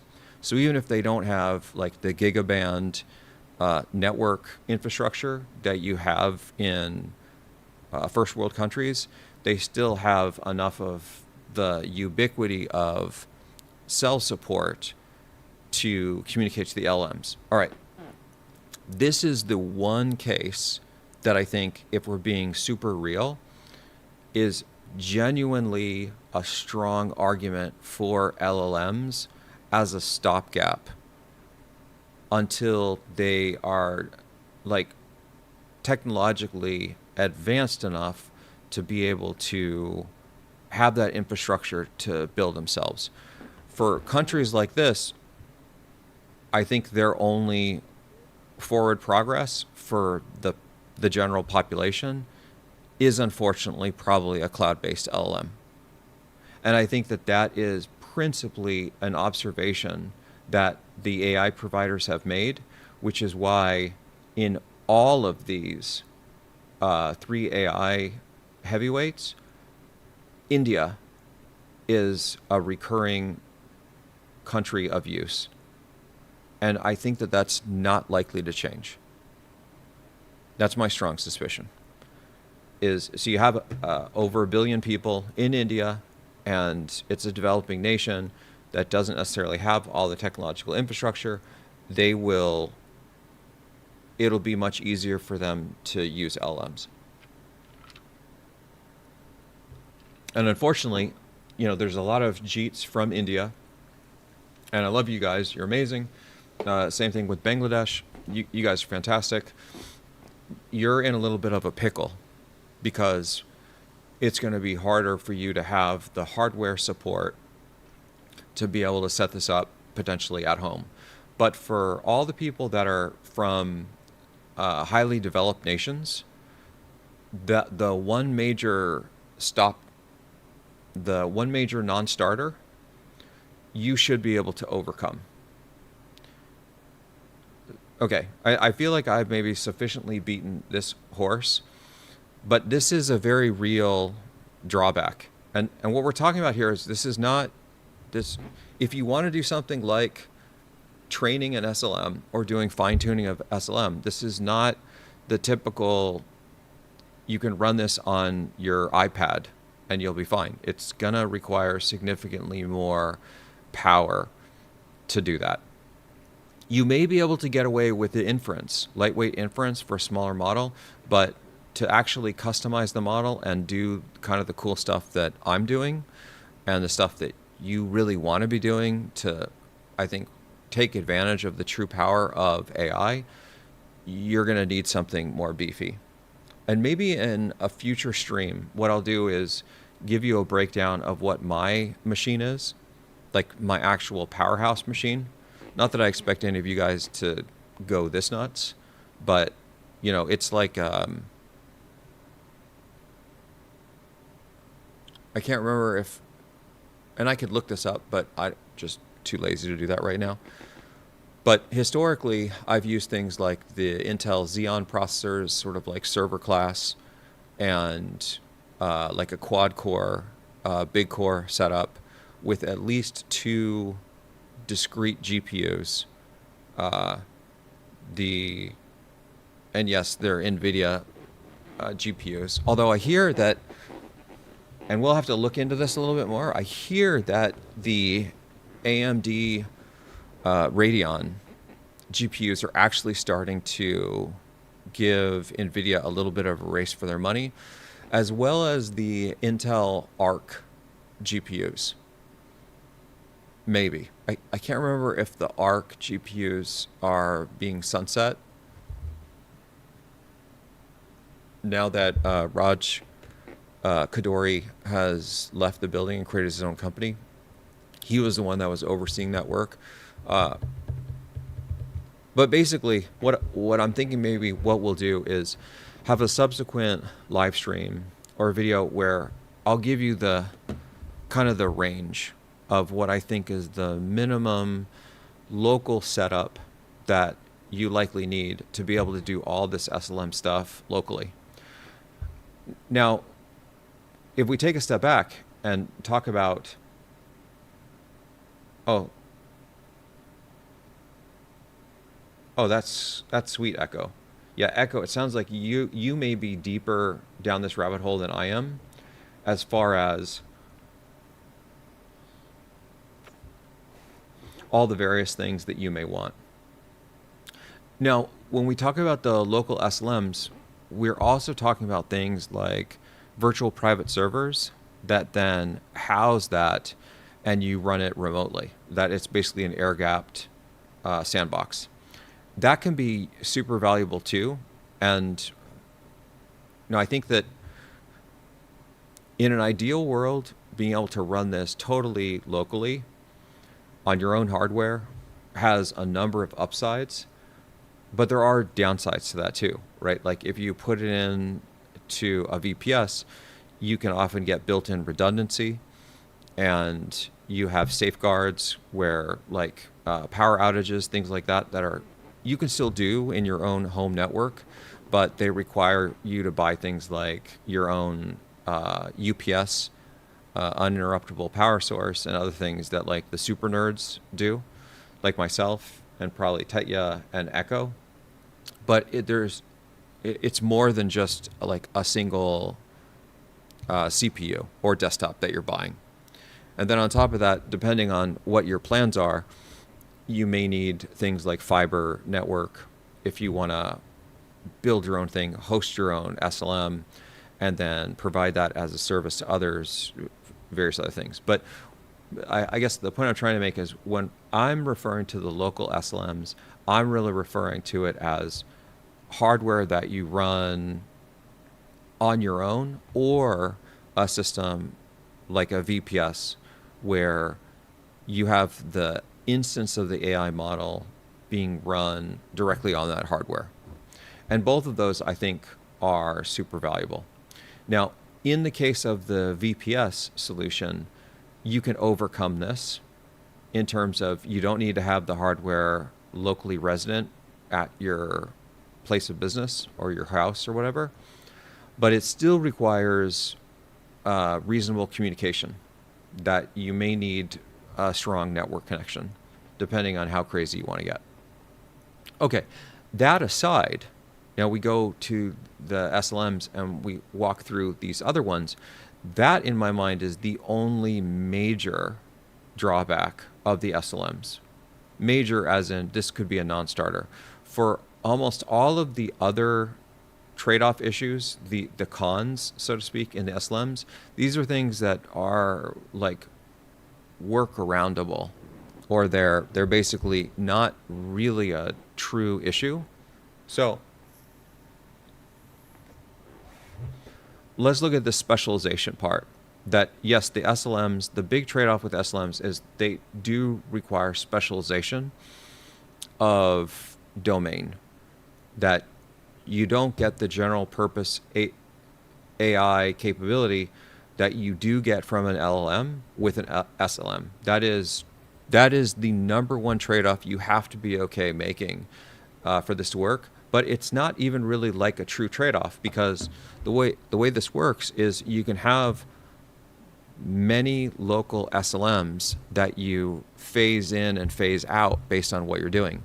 The analogy that I talk about is, I kind of think about it like the video game collection that I have on Steam. That you have these different video games that you play, and then based on what you want to do today, you just pull it in and you play that video game, and you get done with that, you put it back. I think the same type of model will happen with SLMs, is that you will have a catalog of SLMs that function in different spaces, and they're very effective for those domains. And then based on what you're working on, you'll pull them into memory and use them, and then put them back out.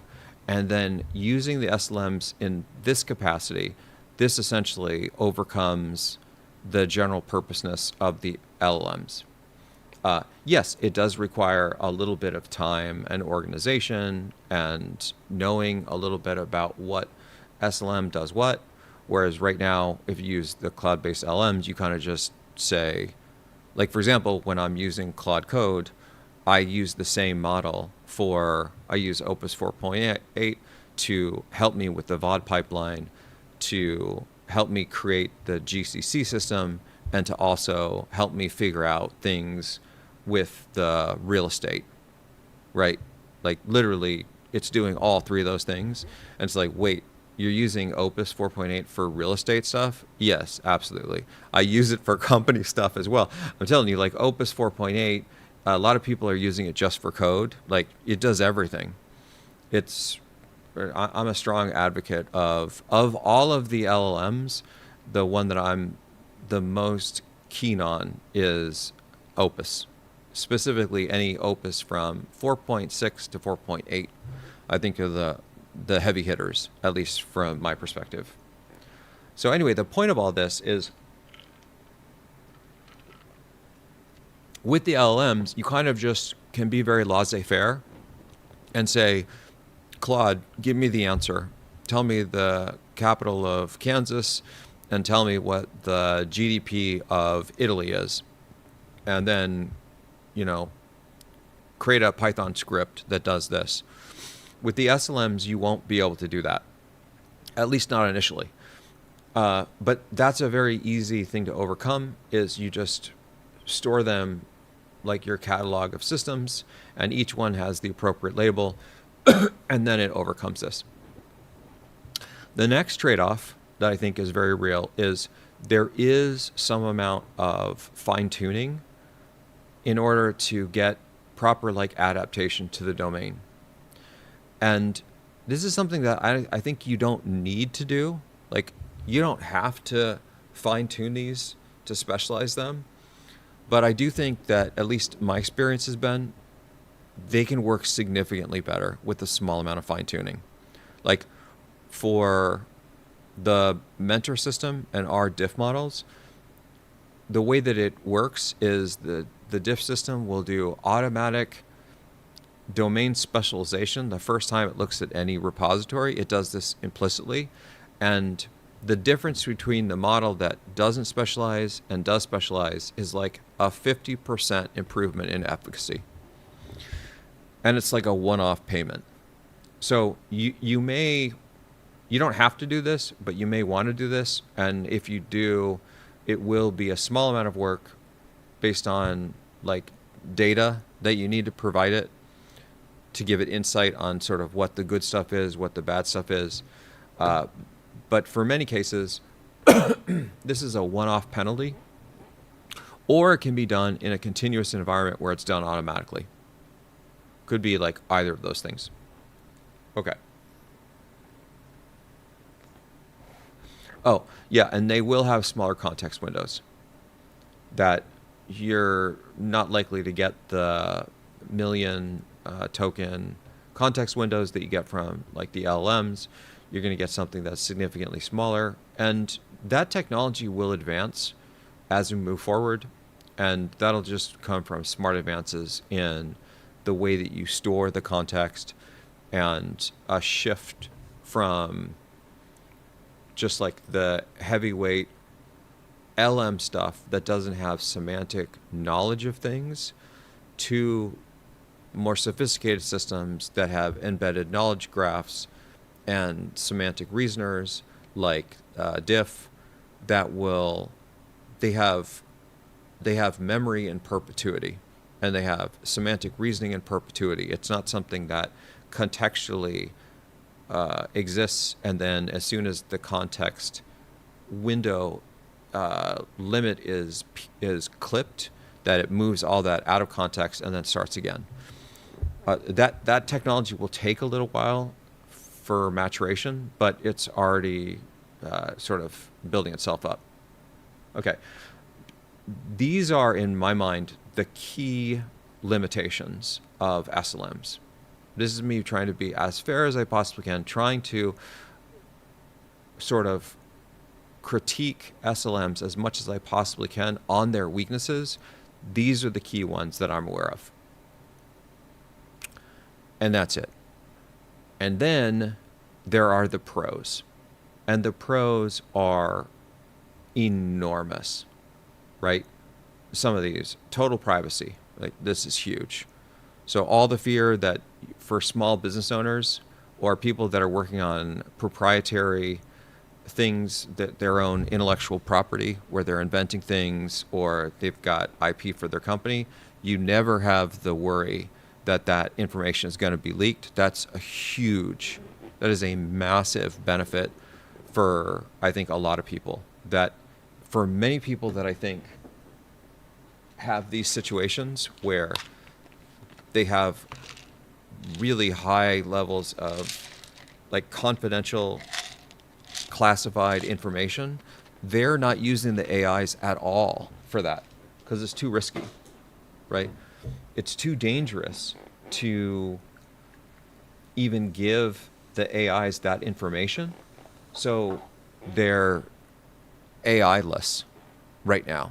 But with SLMs, especially if you use ones that are fully sandboxed and are not networked, and in particular probably not a Chinese model, then have at it. Now suddenly the power of AI is in your hands. This is like a huge benefit. You now essentially have the ability to use AI in an entire domain that was completely closed off to you before. I think that's enormous. One of the other huge things, it doesn't look like it has this, but it has it over here. With the cloud-based LLMs, one of the biggest cons that I see is this vendor lock-in stuff. That once you start relying on these LLMs, you are beholden to them.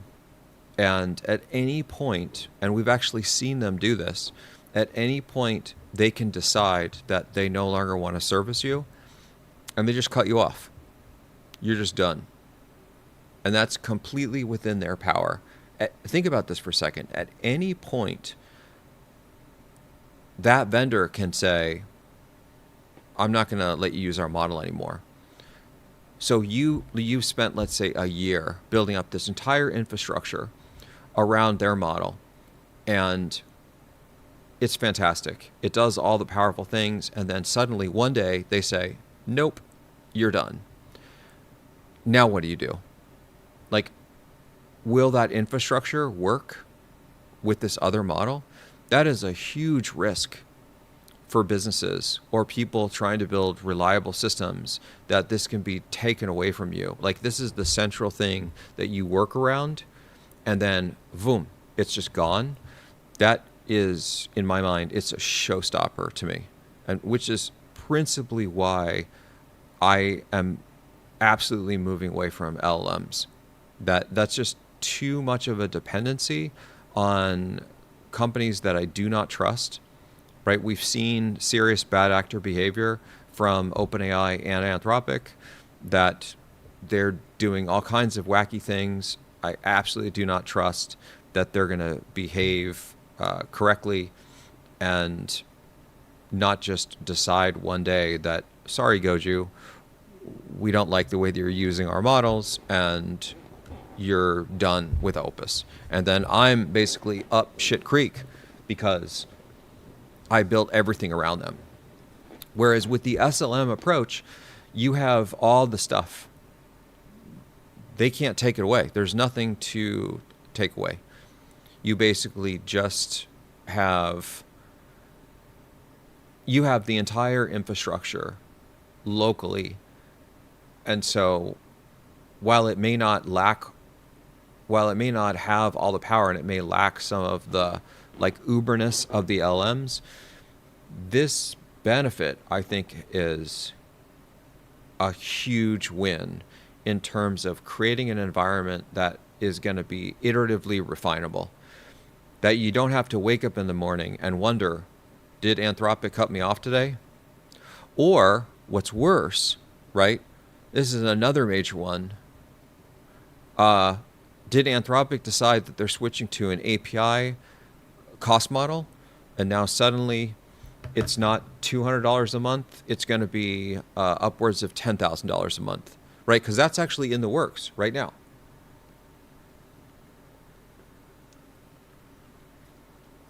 Yeah. XBL, yes. This is hilarious. I do actually I do actually ask the AIs to show the work, and then sometimes they even fib about the work that they're saying that they're doing. Anyway, I don't. You guys might have been talking about something else. I just thought there was a funny comment. Okay, so the point of all this is, I think when you look at these things side by side, the one major trade-off of the SLM, and then the huge number of benefits, and then the small number of benefits that you get from the LLMs, like their general purposeness and the fact that they basically just immediately are up and running, but the massive downsides, it's a no-brainer to me. And I think the thing about it is, it's a no-brainer to pretty much everybody else too. This is why we shifted away from, back in the day, there used to be this notion of high-performance computing, where you have these supercomputers, and people would use the supercomputers to do their stuff, and they'd get like this small amount of time slice where they could work on interesting things, and then they'd be done with that time slice, and then they can't use it again until tomorrow. And a lot of people thought initially this is the future, right? People are going to go log in for this small time window on this high performance computing system, and then it will do all the super uber stuff, because there's no way commodity hardware will be powerful enough or ubiquitous enough to handle these things. And then what's happened? The exact opposite of that has happened. It's all about commodity hardware, people owning their own hardware, doing their own stuff. People have 3 different phones, they have their tablets, they have their TVs that are smart, they have their local compute, they have their laptops. It's just all gone completely the other direction. This is exactly what I think is happening with AI. This is exactly what the future is for LLMs and SLMs, is that this was the initial high-performance computing thing, saying the only way to do this is in the cloud. You can't possibly have these AIs at a commodity level. And then the reality is, yes, you absolutely can. And that there's no way that we're actually going to do this cloud-based crap where we pay you hundreds of thousands of dollars a year for stuff that we can get 87% of the fidelity at 1% of the cost. They're cooked. They're totally and completely cooked. And anybody that's telling you different right now, they are absolutely selling you something. So, welcome to the future. It's going to be freaking great. And I love it because in some sense, like, I want to be super real here for a second. Like, super, super real. The advent of commodity-based AI through language models and like locally effective AI systems would not have happened without big tech paving the way for us. They did it. They made this possible. They did, right? Is that Google Brain figured out the whole transformer thing. Good on them. That's fantastic. OpenAI blew this stuff up, and they made us aware that this technology is actually pretty cool. It can do a bunch of stuff. Then they raced forward, and everybody hopped on this. But as with all things that have real value, people got involved and started to realize that, yeah, you know what? This is actually pretty cool, but you don't have to have this behind closed doors. That there's ways that we can actually get this technology to the consumers without hiding it behind this massive moat of corporate BS that's basically trying to bleed us dry of all of our money. But without big tech and these super rich startups actually paving the way and creating the artifacts that led to things like the open weight models, starting maybe with Meta, delivering like the llama models, and then leading to the Chinese models that led to like IBM Granite models and other things, none of this would have happened. So in some sense, thank you. Thank you, big tech.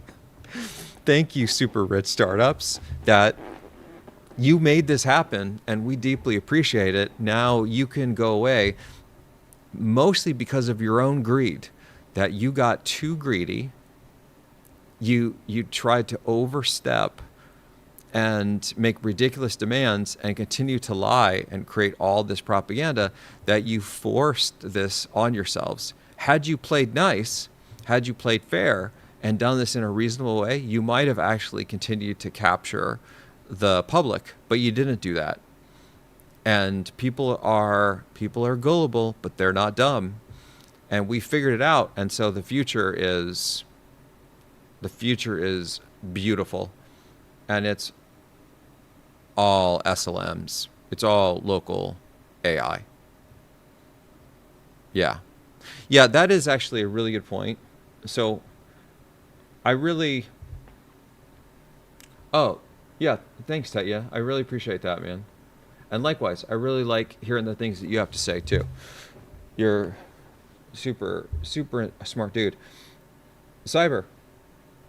Cyber, you're going... Look at the Cyber's going to bed at 7:30 in the morning. This is awesome. Cyber, you're kind of like me. That's about the time I've been going to bed. Like, my schedule has been almost completely inverted. It's mostly just because I can't turn my brain off at night, and I just keep thinking and working on stuff. Like, it just won't shut off. So, anyway, Cyber, thank you for joining. I'm about ready to call it a night. We've hit our 2-hour mark. I'm pretty pumped. I want to add one more thing before we adjourn for the night. But hopefully this has been sufficient to kind of explain how I think about this stuff with the SLM versus LLM, and how it's just so obvious to me that this is the future, and I am ecstatic about it. I still will use LLMs in certain cases, right? Like, for example, I'm using this vidIQ LLM for image generation, and it only costs me like, maybe it's $10 a month, but it helps me create these really cool, powerful images. I'll still use that. But I'm not going to pay $10,000 a month for some coding monkey AI system where I can just code it myself, and it's going to be orders of magnitude better. Speaking of which, one thing that I do want us to talk about in the upcoming sessions are the struggles that I'm running into with Claude Code and the uber levels of garbage that it's spewing, and how it's almost getting to the point to where that code is, or its efficacy is so low that it's almost making me want to take the reins from it entirely and just code the entire thing myself. That's how bad it's getting. And I think it's just because the context has gotten so big, and also because it takes such incredible shortcuts and continues to try to produce sort of garbage code, which is not at all what I'm interested in building, that it continues to make like these egregious F-ups. And it's happening like with persistence. But that's going to take like 5 hours for us to dissect and explain. But maybe after I get my house situation sorted, we'll have a marathon stream where we just talk about this. That I'm trying my best to overcome it so I can actually figure out how to make the damn thing work, to build world-class software and not have me waste all my time being a broken record saying stop coding literals in the code, stop coding literals, like build modular systems, stop solving the problem using your AI technology, instead write the code that isn't going to leverage. Like that's probably one of the worst things, is when it's building part of the coding system and then it injects its own AI as a stochastic element that it's going to call on to complete the process. Like, I don't know if you guys have experienced this, but it is insanity that it will literally be like, so it's building this process, right? And it's going to be 60% code here. And then this small section, it's going to be, okay, call the AI to do something, even though you don't need to. You could have just coded it, but it's like, oh, I'm just going to call myself on this, and then I'm going to continue.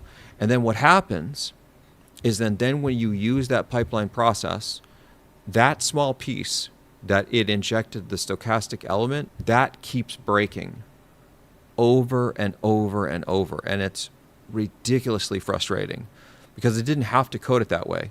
It could have just built the whole thing deterministically, but it did it because it's lazy. And unless you're looking deeply at all the code, and I am looking at the code, it's just, I'm about 100,000 lines of code now. And so it's like a lot of code to know all the pieces.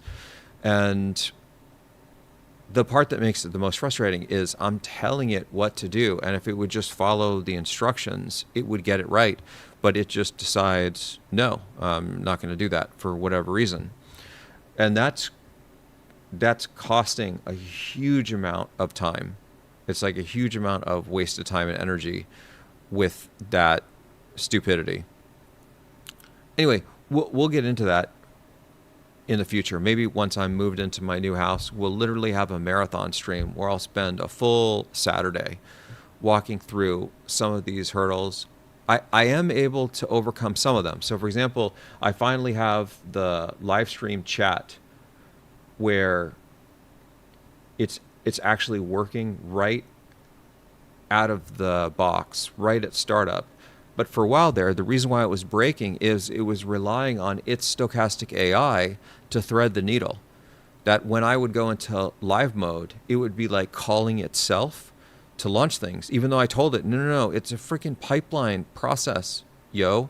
Just build the deterministic elements that get triggered after these events.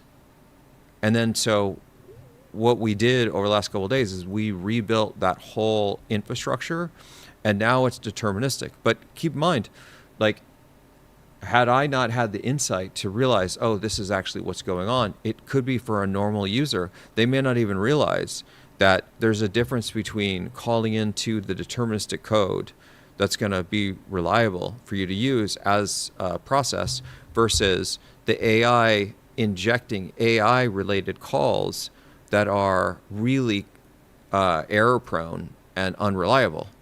Like, because it's still code, right? It's code. It's just one of them is a deterministic piece of code. The other is a call into like a stochastic system. Anyway,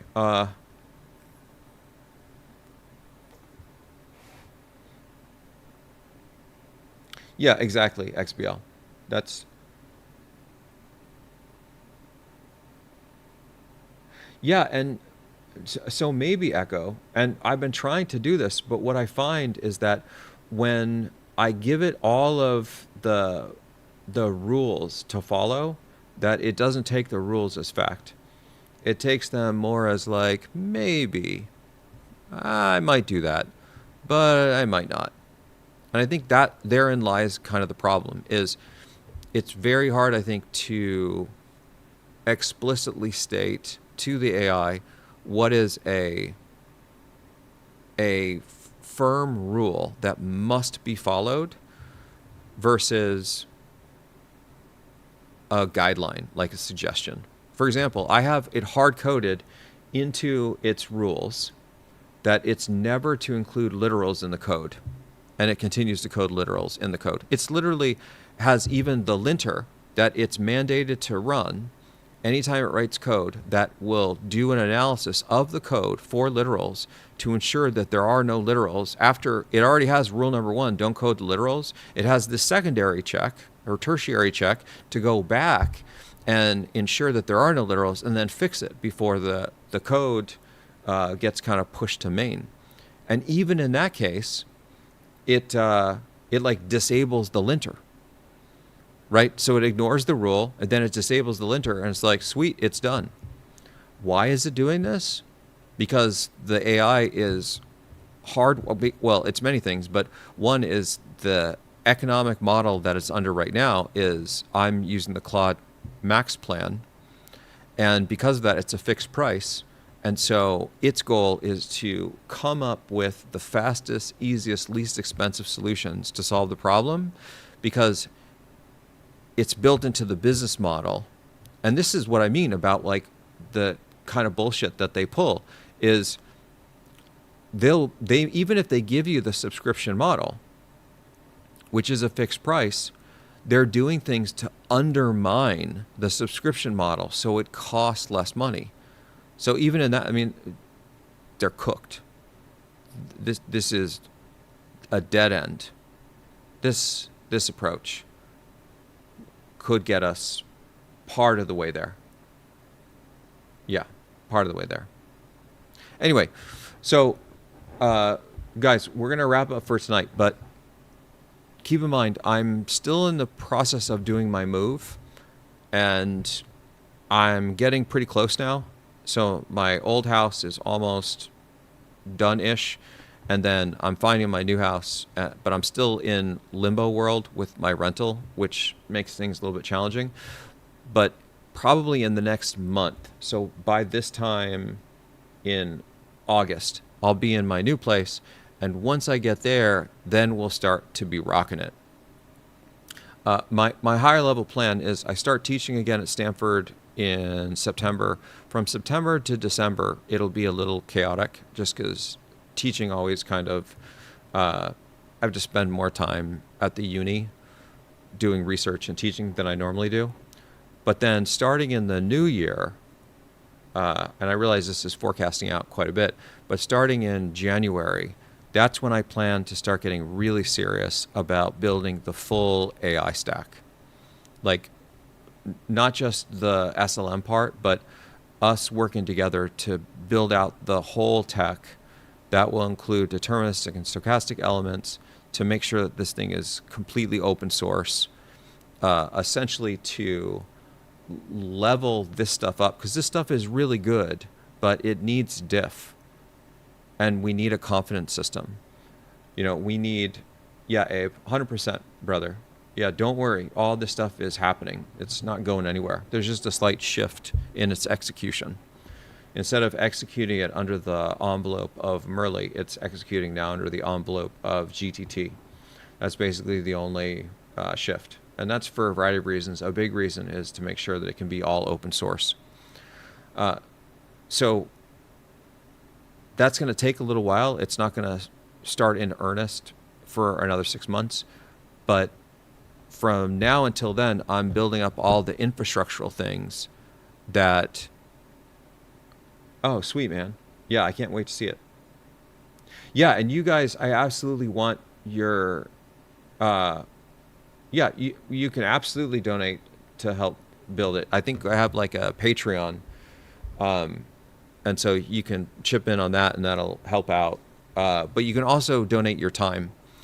So whatever is easier for you, if you want to donate and become a member on GTT, like all these little things help. Or do the Patreon, or just give your time. All of that's helpful. But I definitely need the GTT community because I can't do this all on my own. And in some sense, many of you guys are already helping. But we're going to build this frickin' thing. And in some sense, I already have the high-level design of how most of it will work. So I know how the diff part will work. I know how the SLM part will work. I'm a little blurry on the confidence stuff. That'll probably just be like a Bayesian network or something. But the first principles, I think I have mostly sketched out. And what I'll do, and maybe once I'm in the new house, is we'll have a live stream where I'll go over just the first principles so everyone can understand exactly how it's being built. Like, you guys have maybe seen that document on the first principles. It talks about how it must be deterministic. It has embedded stochasticity when you want that. But it also has to use semi-trust iterative learning. It cannot use ground truth. There's like a whole list of first principles that I've been building up over the last decade that articulate exactly the core requirements of what we have to have in the system to actually make it work. And some of those things we've demonstrated through my lab at Intel and then at Merle and then the stuff that I'm doing at Stanford and MIT. But the culmination of the whole system we've never built, but that's what we're going to be building. That's up next, guys. And it's not going to be fast. It's going to take a little while. But if this goes the way that I think it'll go, we'll have the full prototype and functioning system that is usable by the end of 2027. That should be plenty of time. And that system won't be perfect, but it will be demonstrable. You'll be able to use it and like stuff will work in it. Yeah. All right, folks. So listen, this was amazing. And if you, let me just drop some links here. If you guys are not